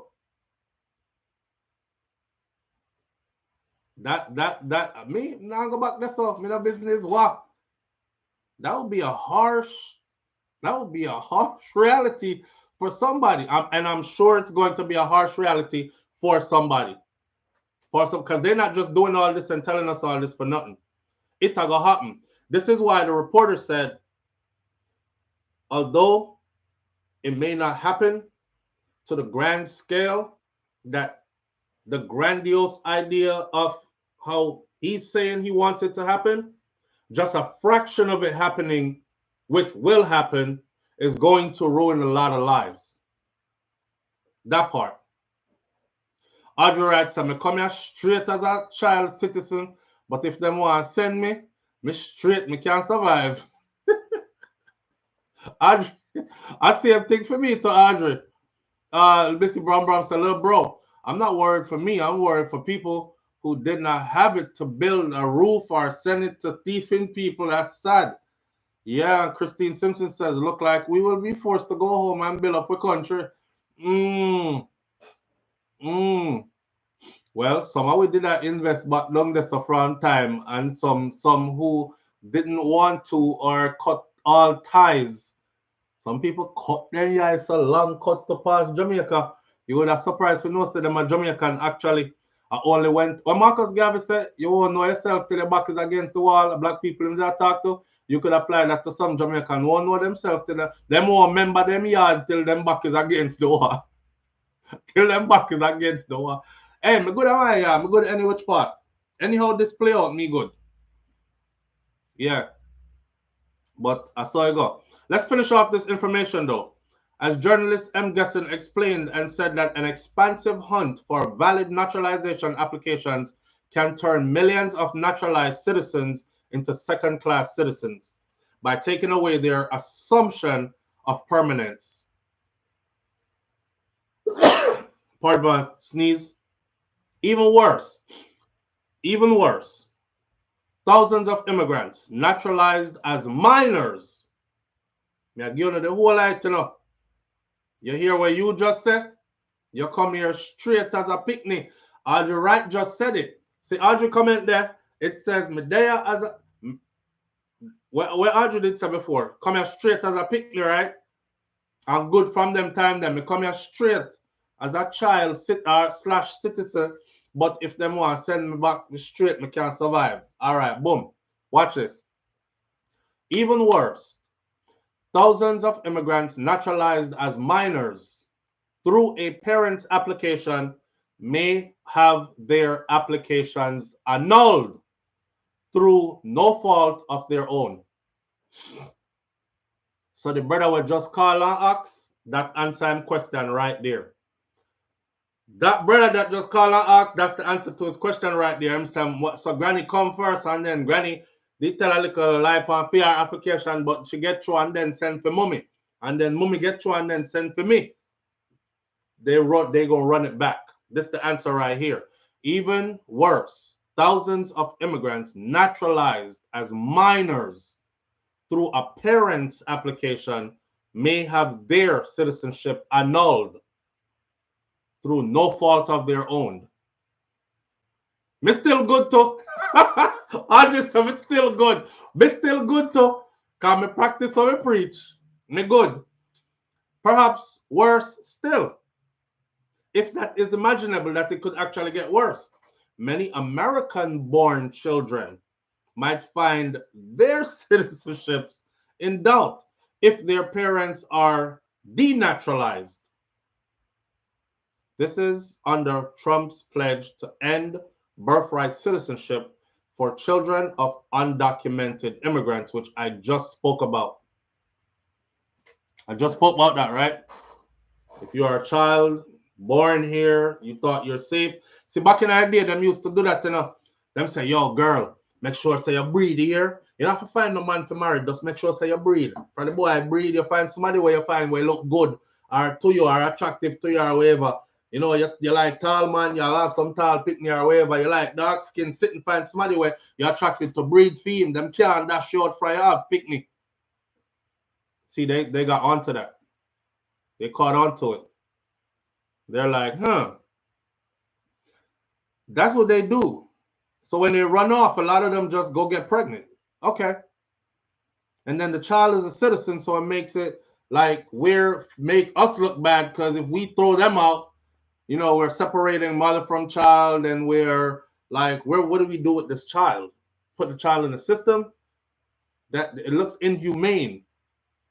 Remember the czar that Donald Trump just elected, he said clearly, he said, oh, the children, yeah, they could go too as a family. And what I died laughing when he said that because he said it with a straight face. He was like, yeah, oh well, they could go as a family, and then when they're old enough, they could always come back.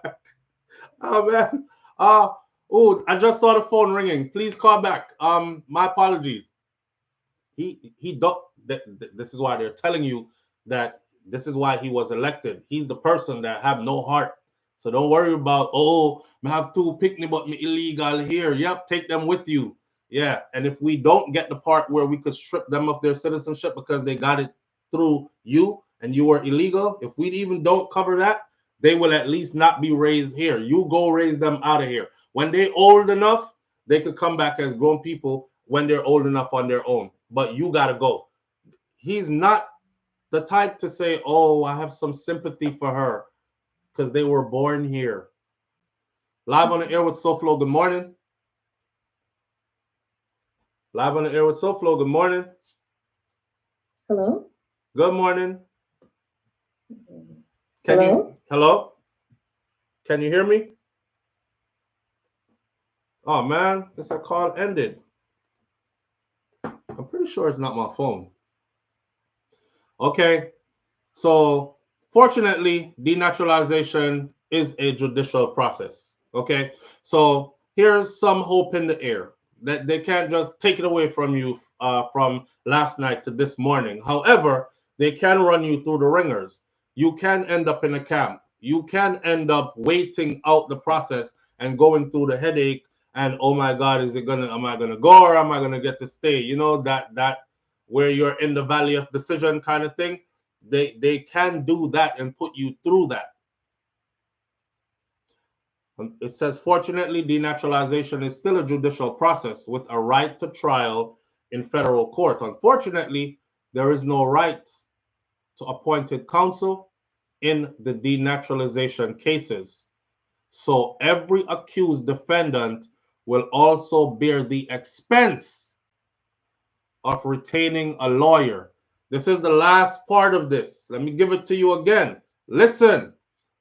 Fortunately, denaturalization is a judicial process with a right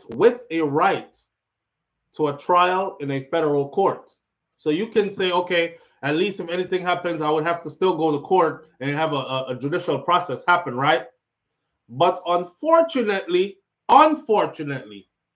there is no right to appointed counsel. You know, like when they say to you, you have the right to remain silent. Your Miranda rights. You have the right to remain silent. Anything you say can and will be used against you in a court of law. You have a right to an attorney. If you cannot afford one, one will be appointed unto you.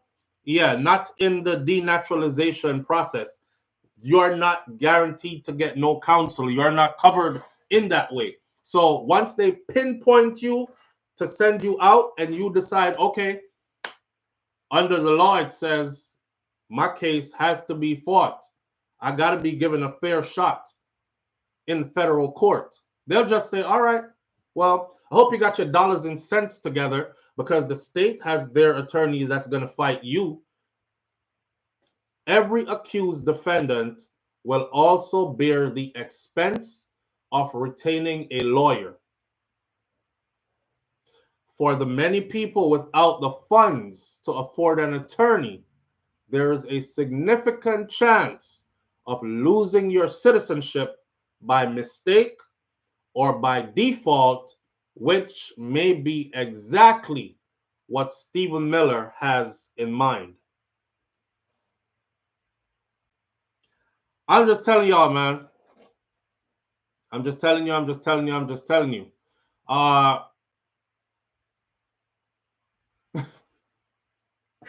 It's rigged. It's rigged. But it is what it is. Could Trump be pushing mass deportation to redirect Social Security and retirement funds towards a corporate tax cut? Sheldon, Pinnock, don't know. Could be. But we can't say. We can't speak for this guy. We don't know. Let me grab this call real quick. We don't know. Live on the air with SouFLo. Good morning. Good morning, SouFLo. I love your show. Good morning, family. Thank you. How you doing? I just wanted to say a few things. My parents are Jamaican, and they came here to America. And the first thing, she was invited. She applied for a position. It happened to be a quote-unquote Jewish woman. And she sponsored my mom. She worked her butt off. She had to have $10,000 to get in this country to be placed in a bank account before she was eligible to apply for citizenship in America. I mean, my mother, God bless her, she worked her butt off. And you know how most Jamaican people are. They work a double shift job, triple shift job. 3 jobs. To make sure everybody is covered. And she wanted 7 children based upon the fact that she got her invitation. She applied for her papers. She got them. She got her 7 children over here. And we all work and do our part. Now, I understand a lot of people come to America without their paperwork.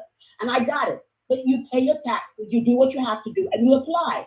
I mean, I just don't understand how people just jump over the border, walk over here, take the jobs that we work our butts off to get. And in my case, I mean, I didn't even want to get in this kind of discussion where we've come to take your jobs. I went and created my own work. I got my own job, my own business, and therefore I was allowed to help people in this country, whether you're born here or not, to get work and teach them something. So I'm just saying, I agree with what's going on. I know some people might not agree with me, but I believe that you come here, you do the right thing, you help those that need help, whether it be home or abroad, and you become a good citizen in that respect. But I don't agree with them just walking through here and putting a free pass. So that's my say on that. Right. So you don't agree either with them coming here on a visa and deciding, you know what, I'm not going back home. Things are rough. I'm just gonna stay.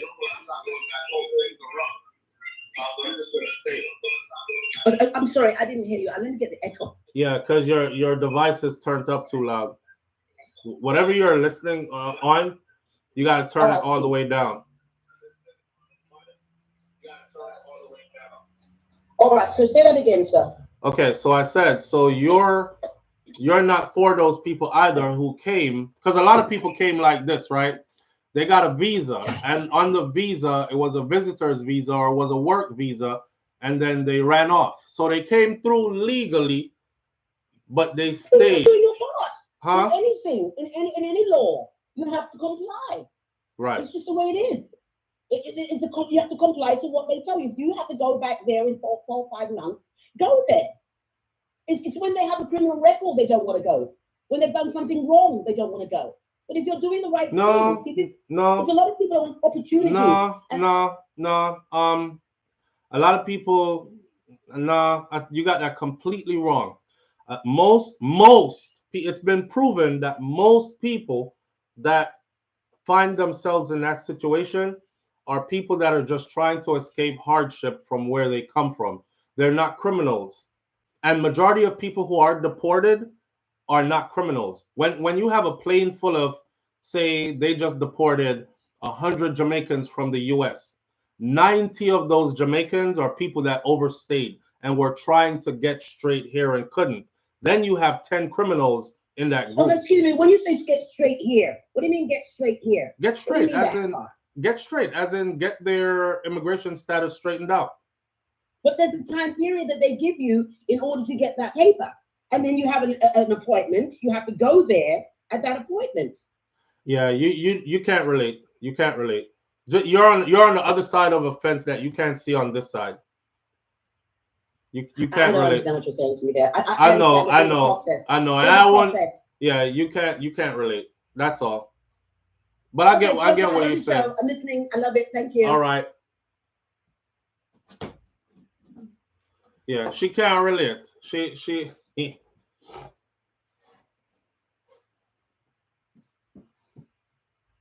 Come in. All right, now come.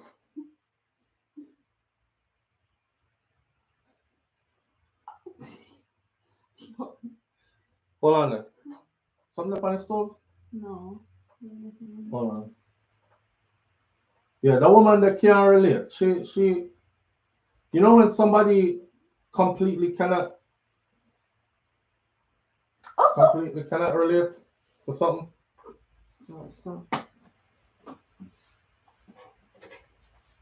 When somebody completely can't relate to something, she can't relate. And it's not her fault, the fault of her own. Y'all give me 1 second, let me come.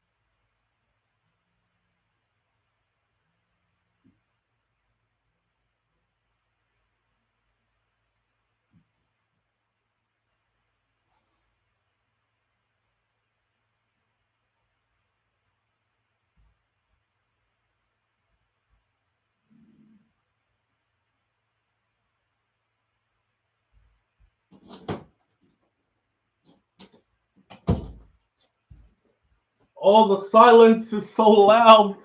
The silence is so loud. Sorry. All right, we back. I'm sorry. I appreciate it. Thank you. She is one of them. Yeah, that lady. So wifey day here, I do our own content. Apparently, she's shooting on the other side of the house, and she keep coming over here for me to like zip her up in these outfits and these kind of things. But I know that did I go on just now. Still, I just had something I had to jump on, take care of real quick. Live on the air with SouFLo. Good morning. Good morning, SouFLo. Good morning, family. How you doing? Good. Right. That lady don't understand where I'm going. Yeah, she can't relate. She can't relate. I'm in a fault her feet. She just can't relate. But must remember to see her mother come here on a little work thing. These are the so these are the people. And they might say, oh, see our entry never see her either. Right. And our pitney them need to go back to, like how England send back people and then English pitney. So she need to watch it. Tread on thin line. Yeah, some and people have some empathy. Yeah, some people just can't relate, so I don't hold it against them. That's all. We hold it against them because a lot of them think America is there. America is a melting pot where all our mixing up. See. Me have my citizenship and me cherish it. Right. My son came to this country, got deported, and I brought him back illegal. I brought him here 2 times illegal. As a baby and as a man. And me I try to get him back in papers because when he gets sent out, I got deported. He got deported for a split. That was in crime, having a split. Wow. So me never think him got deported justly. And me bring him back through the Mexican border. So now me afraid to my son. Boy. So you saw me say so certain things are going in a people's life where make you dearer to the situation than anybody else, you know. Because you know about it firsthand. This is somebody that's close to you. This is your baby. This is your son. In high school. Wow. And he got sent to a country where he didn't know because he was in this country as a 2-week-old baby. And went back when he was a man. Wow. So he got sent to a strange country where he knew nothing of. Good thing somebody did set up a plan in Jamaica. Right. Because he would have probably one of them people on the street. Me and one of them were both just like, we remember backyard. And we go there 4 times a year, but a lot of people just cannot relate because them come here or them born here, but them don't remember where we came from. Yeah. You know, I was telling that story the other day, a brother of mine in Miami said he had to explain that to his kids them because them children them they are very hard lined when it comes to immigration.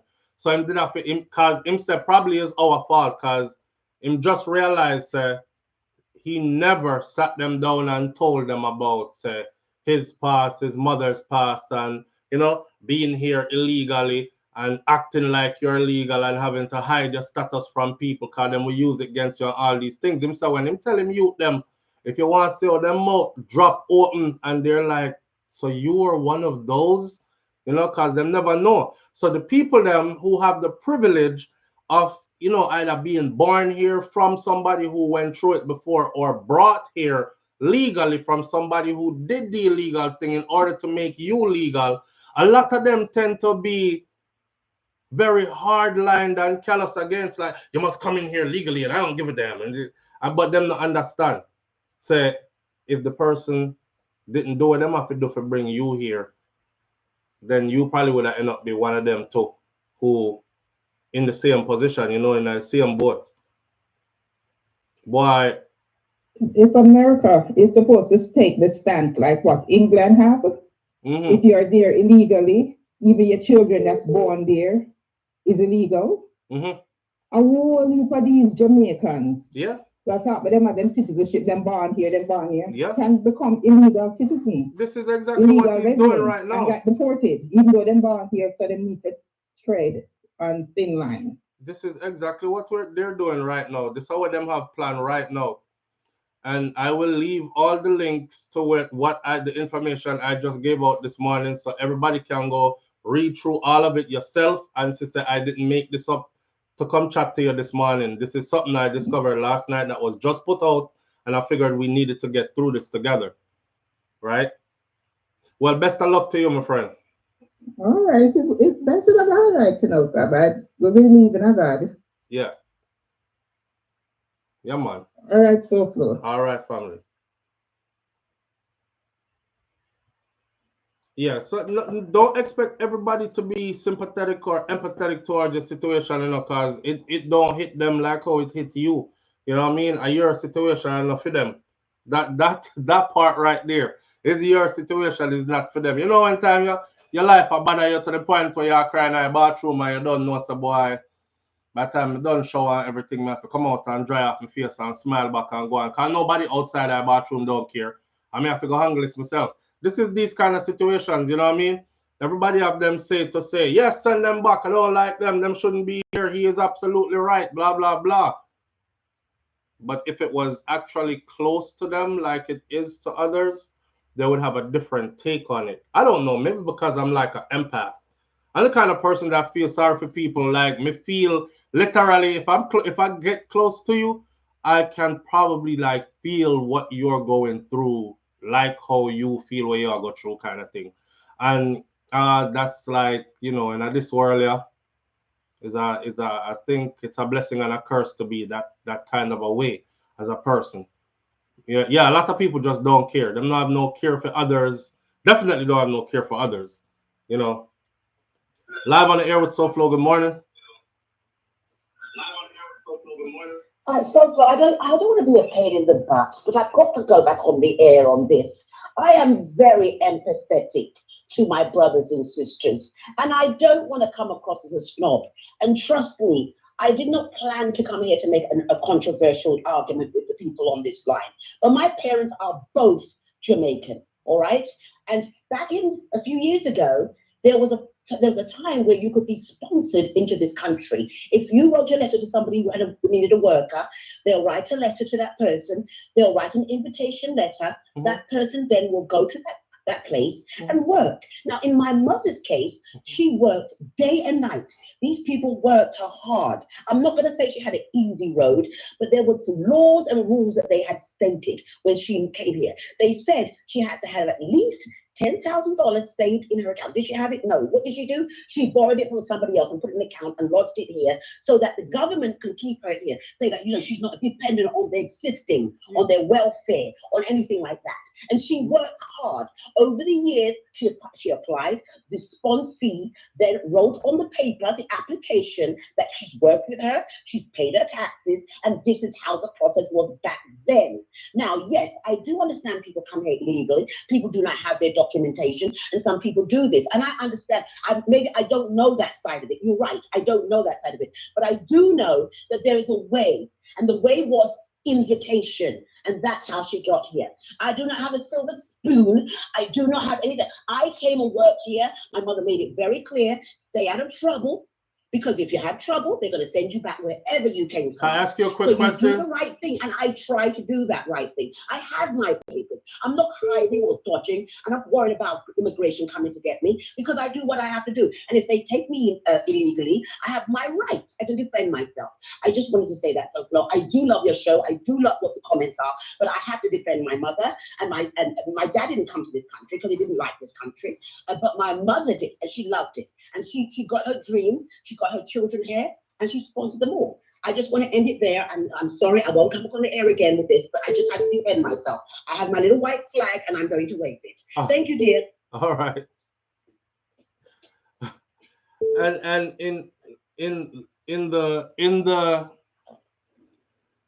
the attempt to not seem snobbish, she came off even more snobbish. You know. Because I was trying to ask a question. I'm trying to get insight. Live on the air with SouFLo. Good morning. Sorry. Yes, SouFLo, good morning. Morning, family. We have to have empathy. First time calling in, watching you for many years.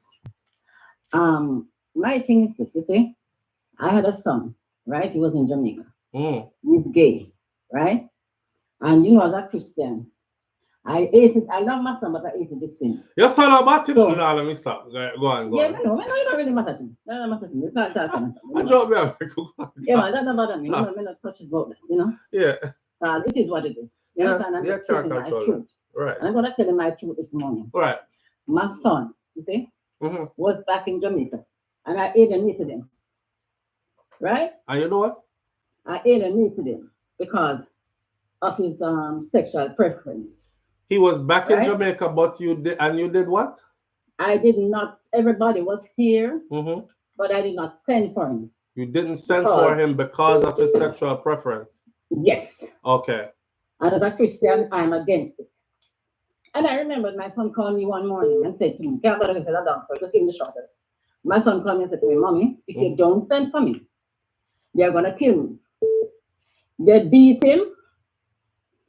They do all kind of things. Right? And I don't know. I don't know what is this thing that he get himself into, and I don't understand it as a mother. But as a mother, I didn't even know he was going through all that thing. I left the house down there. He was living in the house. I said, do not send any boys there because you don't bring any boys there because you know that if they see you, they will try to long and short of it that. He got a lot of abuses, right? And finally, he was not taking him. He's going to live uptown, but he runs taxi, so you know that's his living, so whatever. And guess what? He asked me for some money. And I was gonna give him and I prayed about it. And the Lord said to me, give him the money. And you know, I got the money supernaturally. I'm not even going to that. And I gave him the money. His sister gave him a card. And he came across the border. He spent like 100 odd days in the asylum. This is why I never been to jail in his life. So that was so foreign to him. Them catch him? Yeah, man. Then they put him inside of the asylum. The asylum. And he was in there with a lot of things. But he had so much story that he can tell. But he was not lying. He was talking truth. Right. He didn't even come over alone, and that made me so mad because he came over with his partner, so they say. So anyway, his partner came out so quickly. I don't know because he was young or what. They let him out. But they had him staying in there for a while. Maybe God wanted to teach him about it. So you never sent him, but him make it? Yeah, man, he come first. When they get along and shot yeah, within 2 years, he got a job, right? And he started working somewhere, and he worked, got a lot of abuse. Because you know when you're illegal, they treat you. Right. And he paid a lawyer, right? He paid a lawyer, and he paid his he said he paid his tithes too, so that's another part of it. He made sure that he paid his tithes according to him. And let me tell you something social. That boy, the first time when he went, the judge said, oh, where do we going to send him? Back to Jamaica? And when he came, I said, oh my God, if he go back, I am going to have to bury him. And as he said, Mommy, if you didn't give me the money, when I come back, you're going to make a big funeral back to Jamaica. And I thought about it. I said, that is true, because if he died, I would have to go to and bury him. Right. So anyway, he didn't know that that young man came, and the next time when he went to court, the judge said, if I send you back to Jamaica, your blood would be on my hand. And he got it within 2 years. You understand me? And I talked to him about his lifestyle. I don't like his lifestyle, but he's my child. I can't throw him away. You have to be a parent to understand that. So now he was free to be without having to worry about get beat up and all these other things. Yeah, but I don't even think it's so much of his thing to be, because I think he kind of a little bit more conservative, like, because you know you kind of come to a new place and you kind of scared you really don't want to go about certain ways. He works most of the time, and that partner is a fake because he goes back and forth, man and woman. So that partner just come there when he's ready and he just go on about it. They don't have anything to do with him. But I don't even think about that part of his life. But I'm just saying that a lot of people, when they talk about immigration and talk about immigrants from here, he has not taken a cent from the public purse. He has worked. We have helped him that he could manage when he just came. He went somewhere. He buy a car. I tell you, they are beating him and knocked out his teeth. And that young man has his implants now. And I could not afford implants. I heard you talking about teeth the other day. Wow. You understand what I'm saying? So then beat him. Yeah, man, they beat him about skin. I don't understand why he's going to that. I don't understand it. I still tell him the truth. You understand me? Because I'm a mother. But were they beating him because they found out of his sexual preference? Yes. So him a one who did have to run for him life then. Yes, he had to run. Yeah, man, because some places. Yeah, boy. You understand me? When Vibes Carter was there, they didn't bother him because he knew Vibes Carter and Vibes Carter never, they said, no, leave the man alone and so on and so on. I'm going to tell you the truth. But after he went to prison, he was not safe anymore. Right. You understand me? So you kind of know where that was coming from, where he was living. So, you know. Right. You understand me? So I'm just letting you know that it's the luck of the draw. You understand me? And although he spent so many time in jail, and I nearly died when he was in jail, but all else that ends well. And I'm praying that he realizes that what he's doing is wrong. So I am not condoning his, because I know a lot of people are going to bash me and he should die and do it. But he's still my child. Yeah. That's between him and God. I don't make that my business either. Yeah, and you shouldn't either. My child. Yeah, my child. I have to make it my business. Well, my advice to you is love your child because he's your child and love him as your child. But and that's what I had to learn, and it took me a long time to learn. Yeah, that the other part there that's between him and God. Yeah. Yeah. Yeah. But I'm glad say him all right, and him get, you know, boy. Yeah, he spent like $10,000 to pay a lawyer, and lawyer, you know, he was a very good lawyer, you know, and he's okay now. You know what I'm saying? So I'm just saying, you got the asylum. You're just gonna have to apply for his green card now. I don't know what's gonna happen on that, so that's another thing. So I'm even thinking about that. When you're talking now, I feel like that's in my mind, at the back of my head. You know? Right. You know. Because you know, Donald Trump did say, even those who got green cards through asylum, those are on the list to go. Yeah, but he don't get his green card yet. What he got last time, but he's supposed to get his green card. So I don't know. So his case is fresh. Yes. Oh damn. Yeah. Well, yeah, he high on the list. He's high on the list. So, but I'm praying because God is God. Donald Trump is not God. All right. So me pray. All right. Someone's gonna get caught in the dragnet though. Yes. I hope my son is not one of them. Yes. Okay then. All right. Bye, SouFlo. Have a blessed day. Yes. Bye bye. It's a reality for a lot of people. It's a reality for a lot of people, and they're closer to it than you are, so they feel it different from how you. We can laugh, you know, and say, "Me good, me all right." Either way, I know everybody can say that. Live on the air with SouFlo. Good morning. You have to turn down that back noise, fam. All right. If you're calling in, you have to turn down the device that you're watching us on, else you can't hear me talking to you. Live on the air with SouFlo. Good morning.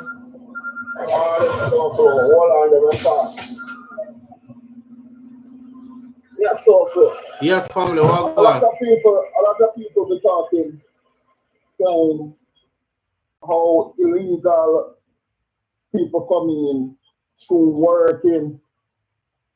I wonder if they look at somebody like Elon Musk coming to the country for a student visa, overstay, start a business, and see him there now right next to now, right next to Donald Trump. And he came in and overstayed. But here's the difference. There's a interview where him and some of his co-investors was talking on the stage. And one of the co-investors started to bring it up. And he started telling them to shh. Don't talk about that. When you're done, you could look it up. Yeah. So you know, you're talking about Elon Musk though. So again, here we go. We're talking about Elon Musk. How many of us are Elon Musk or even close to it? None of us. Okay, so people like Elon Musk have privileges that extend way beyond our understanding of privileges. He can probably go to every country in the world and be accepted there if he really wants to. Yep. Yeah. And he has a lot of stuff on his side. Somebody said, Sharon Ingram says skin color. I know skin color, you're talking about a man that is one of the richest men in the world. Yeah. And then the next thing, people were getting denaturalized before. Right. But it was only of a clip about, they say, 15 to 20 a year. Because the process is lengthy. Because like what you just said, it's a court case. Right. So what happened is they have to do an investigation. Right. So, which is all was said. Yeah. So even in Donald Trump's first term, they were trying to do something like just like this. Yes. And when they put in the request, they put in a request for, I want to say, $1 million to investigate 200 people. And then it never worked out because by the end term, they scrapped it. Okay. But this time, Go ahead. No, keep going. I have something to say, but you keep finish up first. Yeah, but this time they say they're gonna ramp it up even more. Right. So they're gonna try to.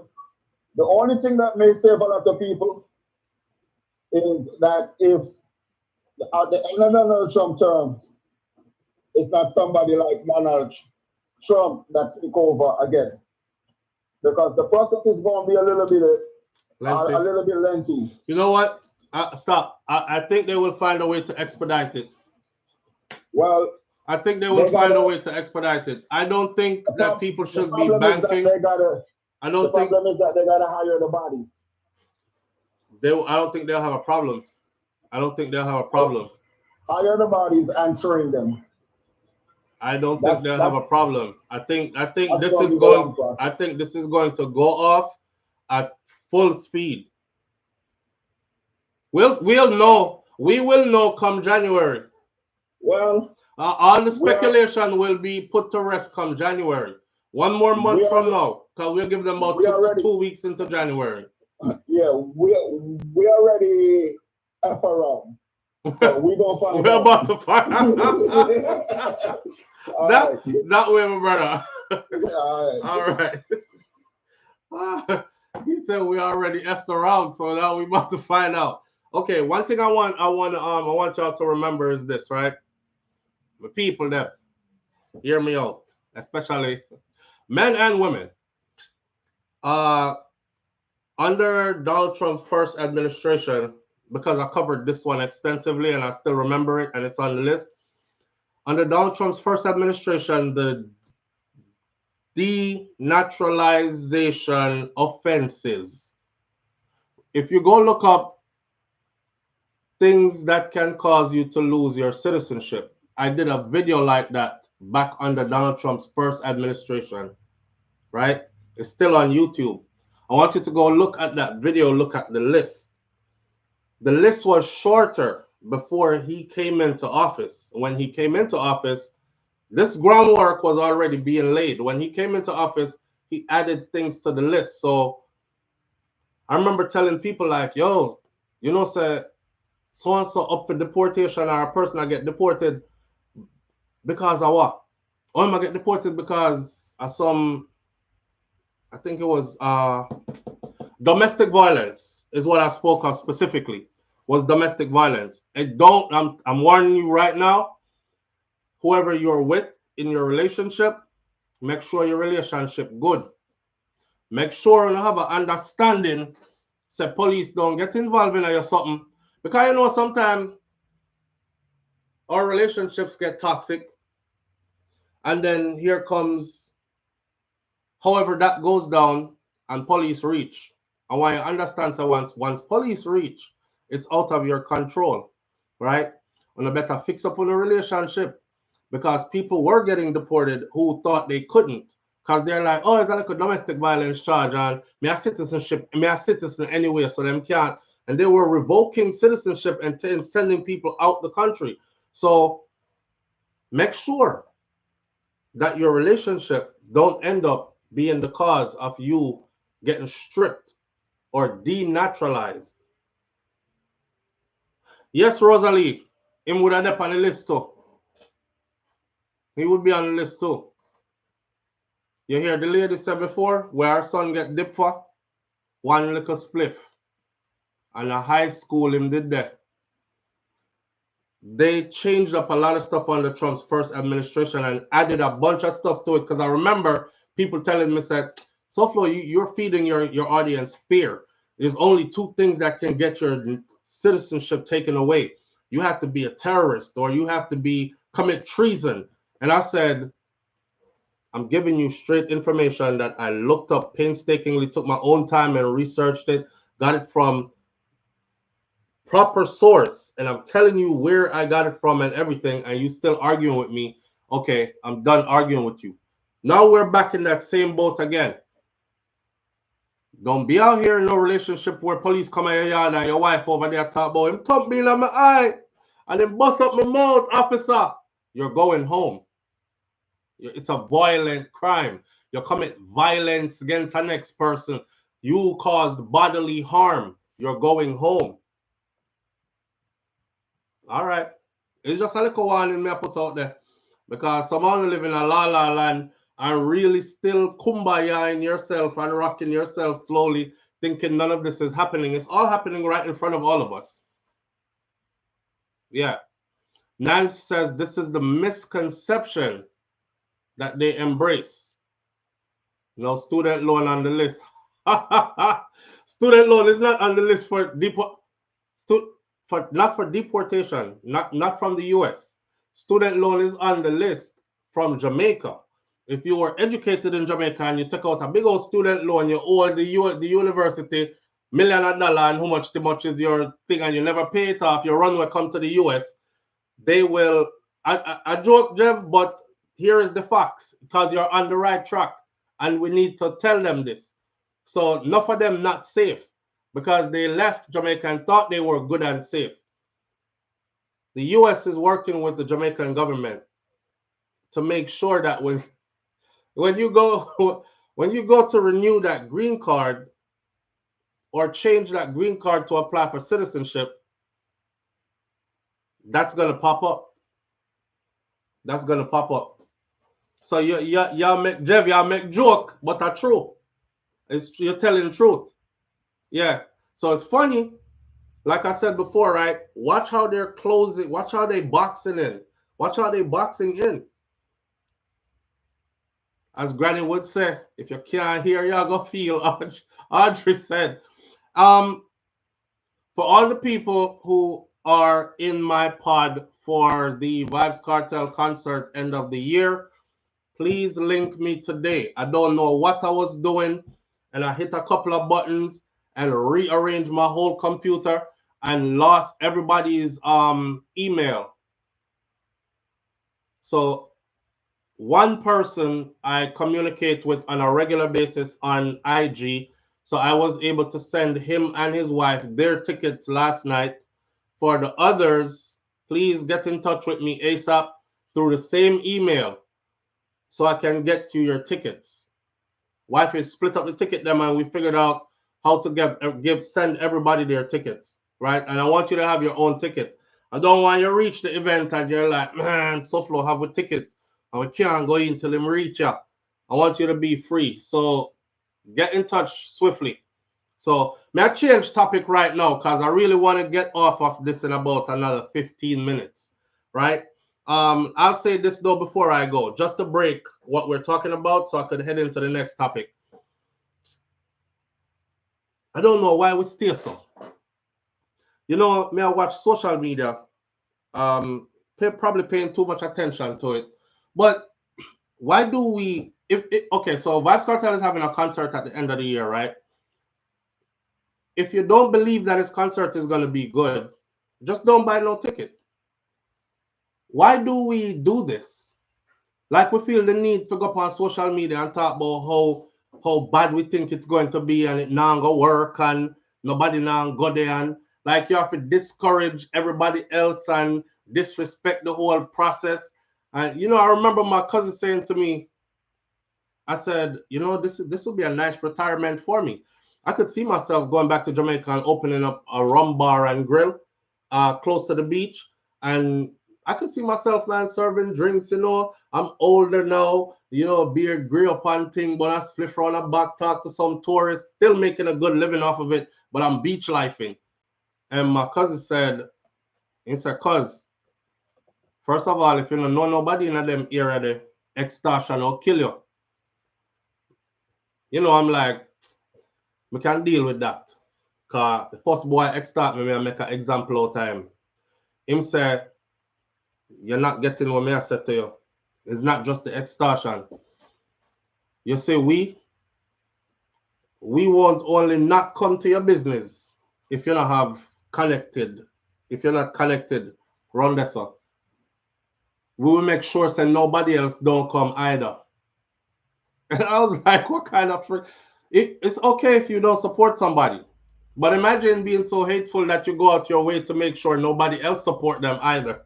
You know, what is that? To make sure nobody else support them either. Me cool if you not support me, but why you have to go and tell 100 other people if you not support me neither? Why that? Hear me, I said. I saw Cartel left a message this morning. He said for those hateful people over there on IG, on TikTok, and the rest of social media, him said, do this and beat me. Go spend over 2 million US. Get yourself a nice car, a couple nice cars, and a nice house. And then talk to me. That's it. So basically, the man just a killing you with success. And I think that's the only way we can move. You know, just kill people with success. Don't even bother saying too much. Just kill them with success. We'll be there December. If you don't want Diddy, you don't have to be there. A lot of other people want to be there and they're going to be there. And it's going to be a movie. It's going to be a movie. Me a star in my role. Everyone away a star that night. It's going to be something to see. Moving right along, right? Let's talk about Shyne. I'm going to give this about 15 minutes. Shyne. Shyne tried to tell people about Sean Diddy Combs for years, and people are finally listening. This was the headline on CNN. So I said, I got to go see what this is about. Moses Shyne Burrows went from being a rapper to a politician in his native Belize, as we all know, where as an elected representative, he is referred to as honorable. He told CNN that it's a word that isn't just a part of his title. Everything I've been through has conditioned and prepared me and molded me into where I'm at presently, but where I'm at is where I wanted to be, he said. I made the choice at 18 years old to say that I wasn't going to be dishonorable and I wasn't going to get my friends in trouble to get myself out of trouble. Shyne is now 46 years old. He made the comment in reference to how he conducted himself in the case that is forever tied to him, the case of the club shooting with Jennifer Lopez and Sean P. Diddy Combs, right? This is 1999, a time we thought we would never see. Remember when we used to grow up hearing Prince, gonna party like it's 1999? And as a kid, I thought 1999 was a million years away. Anyway, the then up-and-coming recording artist at the time, he was signed to Bad Boy Records, part of the conductor's entourage at the New York City nightclub, along with P. Diddy Combs and his then girlfriend Jennifer Lopez, when the evening ended in a hail of gunfire and 3 people were actually wounded. Shyne, Diddy, and bodyguard Anthony Jones, they were tried for this shooting in 2001. Diddy and his bodyguard were both acquitted, while Shyne was the only one that was convicted on assault and firearm possession charges. He was sentenced to a decade in prison. And then, after serving his time in prison, he was deported to his native of Belize following his release in 2009. Shyne, to this day, blames Diddy in part for what happened to him. He said, you know, there's so many things that I said so long ago about Diddy. Nobody would listen. Nobody would even believe. And it makes me, it makes the wounds that I've, by the grace of God, been able to heal and the accomplishments that I've been able to achieve, it makes those things even more significant to me, he said. Shyne's life is the subject of a new Hulu documentary that's called The Honorable Shyne. This is why Funk Flex said, you telling lies on Diddy and you getting a bag of money to do it. Shyne could very well also end up being the head honcho of Belize. The project was well underway prior to Diddy being named in multiple civil lawsuits, as well as pleading not guilty in federal charges of sex trafficking and other allegations. The project was already in the works before all that happened. Shyne doesn't think that Diddy's current legal issues overshadows the message of resilience he hopes that people take away from his film when they see it. He said, it underscores the message. It really magnifies the message. It really brings everything that I've been saying more into sharper focus now. The documentary traces Shyne's journey from his childhood in Belize to a teenager trying to break into the rap industry after moving to New York to live with his mother in search of a better life. He honed his craft and ultimately caught the attention of Diddy, who signed him in 1998. He said, I was only in his orbit for about 1 year. I got signed in 1998. Spent most of that time not really interacting with him. Being a young millionaire is not an easy transition, so I was just blowing money fast. And I guess the song goes, he said, the beginning of 1999 was when I really started interacting with Diddy.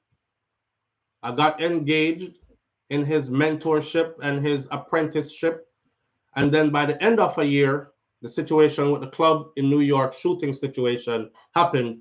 And that was it. So he's trying to say he wasn't around him for any extended period of time to attend free cops and to be persuaded to get into things. Shyne said that he would be more than 20 years now before he and Diddy would reconnect after being deported, after going to prison. Former rapper, he is now, in his CNN interview, said that he was not privy to the events that have led to the recent criminal charges and civil allegations against Diddy. I don't know anything about them freak offs or nothing. I wasn't into any of those. I didn't have the opportunity to engage with him to see any of those things. And when I didn't, and I didn't engage with him, and when I did engage with him, I didn't see any of those things. However, what he did to me, as far as calling witnesses to testify against me, despite us pleading with him not to do that, anyone that would send someone to jail deliberately is a monster. This is Shyne's latest interview. Now, before Diddy came up on the indictments, Diddy and Shyne were looking like they were cool. But this is the tone that this has taken now. Him set me up. Him send me to prison. And anybody who could do that, call people to testify against me, even though we begged him not to do it. He's a monster. He calls Diddy a monster. So representatives of Combs, of Diddy, told CNN in a statement that Mr. Combs categorically denies Shyne's allegations, including any suggestions that he orchestrated Shyne to take the fall or sacrifice him by directing witnesses to testify against him. These claims are unequivocally false, is what Diddy's lawyers have shot back saying. Now, Diddy was acquitted on all the charges that were related to the 1999 Club New York incident and has consistently maintained his innocence.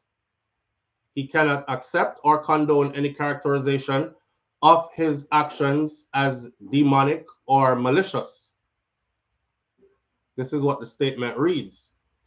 Mr. Combs appreciates the path that Shyne has pursued, and he wishes him continued success.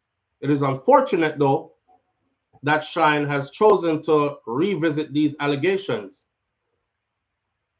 Mr. Combs trusts that responsible journalism will weigh both the established legal outcomes and Mr. Combs's positive, long-standing support for those he has worked with.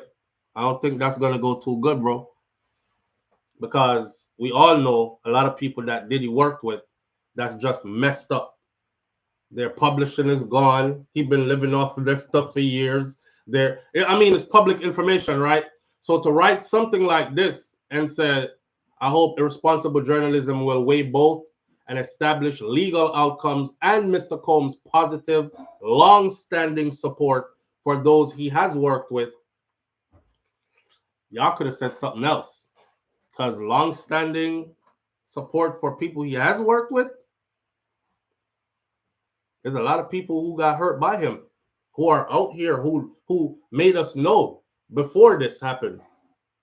Remember when Mace was trying to get his publishing back? He literally tried to buy it back from Diddy for, I think it was $1 or $2 million, and Diddy still wouldn't sell it back to him. But he was at a function talking about how these record companies need to give back the publishing to the artists and stuff. And Mace got up and said, well, shit, you could start with me. Lead by example. Start by giving me back mine. I try to buy mine back from you, and you wouldn't sell it back.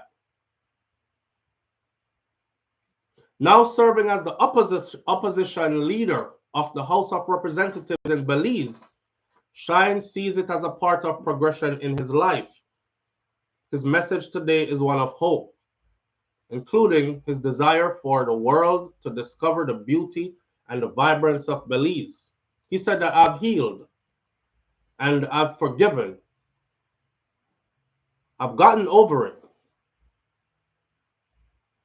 As for what comes next for Diddy, that's for a judge and a jury to decide.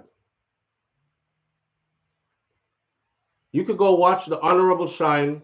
It's streaming on Hulu, and there's a lot more to be said that wasn't said in this short article that I just read to you. I don't know.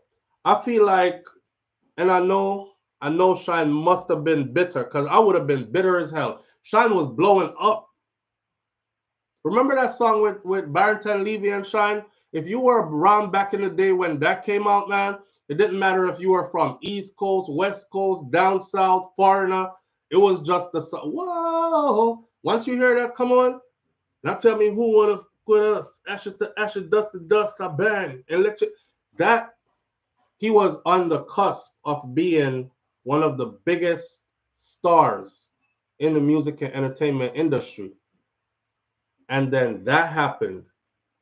So for him to say Diddy called, and this ain't the first time he said it, he's always maintained that Diddy called people to testify against him just to clear himself. Because you know Diddy is the man with the money, right? And he is the mogul. He is the head honcho of Bad Boy Records. I'm just an up-and-coming artist. So, of course, they don't want to lose this guy who's generating millions and millions of dollars. They'd rather send me. Somebody got to pay. So I'm the sacrificial lamb. That man said,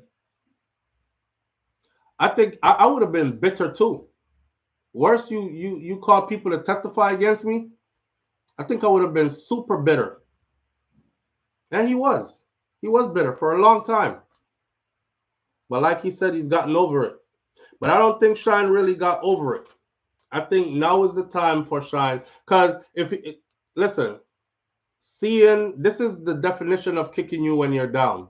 You know what I mean? But that's what I was telling y'all before, that life is like that. I don't know if you ever read the 48 Laws of Power, but life is like that. You got to be like a snake, and you have to know when to strike. And I think that Shyne knows that now is the time for him to strike. Diddy is pretty much in a coffin, and nails are being driven into this coffin. And this was a time for you to come drive your few nails in as well, right? That's what I see it as. It's his truth. He's entitled to tell his truth. But I just thought they were good to the point where he wouldn't tell that truth at a more damaging time. Right now, they're looking for anything bad on Diddy. And with all the accusations that are coming out, for Shyne to dig up that story and rehash it in front of everybody. So let me tell you what really happened. I was an 18-year-old kid, man. They sold me up the river. 10 years in prison. Damn. I don't know. The saying goes like this. Today for you, tomorrow for me. Today you laugh while I cry. Tomorrow I'll be laughing and you'll be crying. That way. And it's real. We're going to leave this one right here this morning. Kaz Robinson says this is part of the reason why PD has to stay in jail, because if them let him out, people going to be pushing up roses for us. I used to play that in the club in the Bronx. Let's take one last phone call and then we're out of here. Live on the air with SouFLo. Good morning. So for you put you on some context why Shyne is keeping him now. I missed because there was a recording by Little Ward saying PD was banging about it. I shoot that girl and Shyne went to prison. Okay, did you watch the documentary? Yes, I did. Okay, don't tell anybody. We don't want to know. I want the people to go watch it. Okay. All right. I appreciate you, though. All right. Okay. Have a good one. You too. Bye-bye. Bye-bye. You ever go watch a movie and somebody say, well, let me tell you what happened. You see the part when the black car go over the thing like this? It's not going to land in the water. It's going to disappear. And you're like, why the fuck? Why did you tell me that? You know what I'm saying? Yeah, don't do that. Don't tell us we don't want to know. Go watch the documentary. It's streaming on Hulu, all right? Big up to shout out to everybody tuning in this morning. Manners and respect to each and every one of you. I appreciate you greatly. Have a wonderful day. Be good. Like my granny used to say, if you can't be good, be careful. All right? And I'll see you tomorrow morning right here on Morning Thoughts. God spare my life. I'm out. Peace. Oh, she was about to tell everything.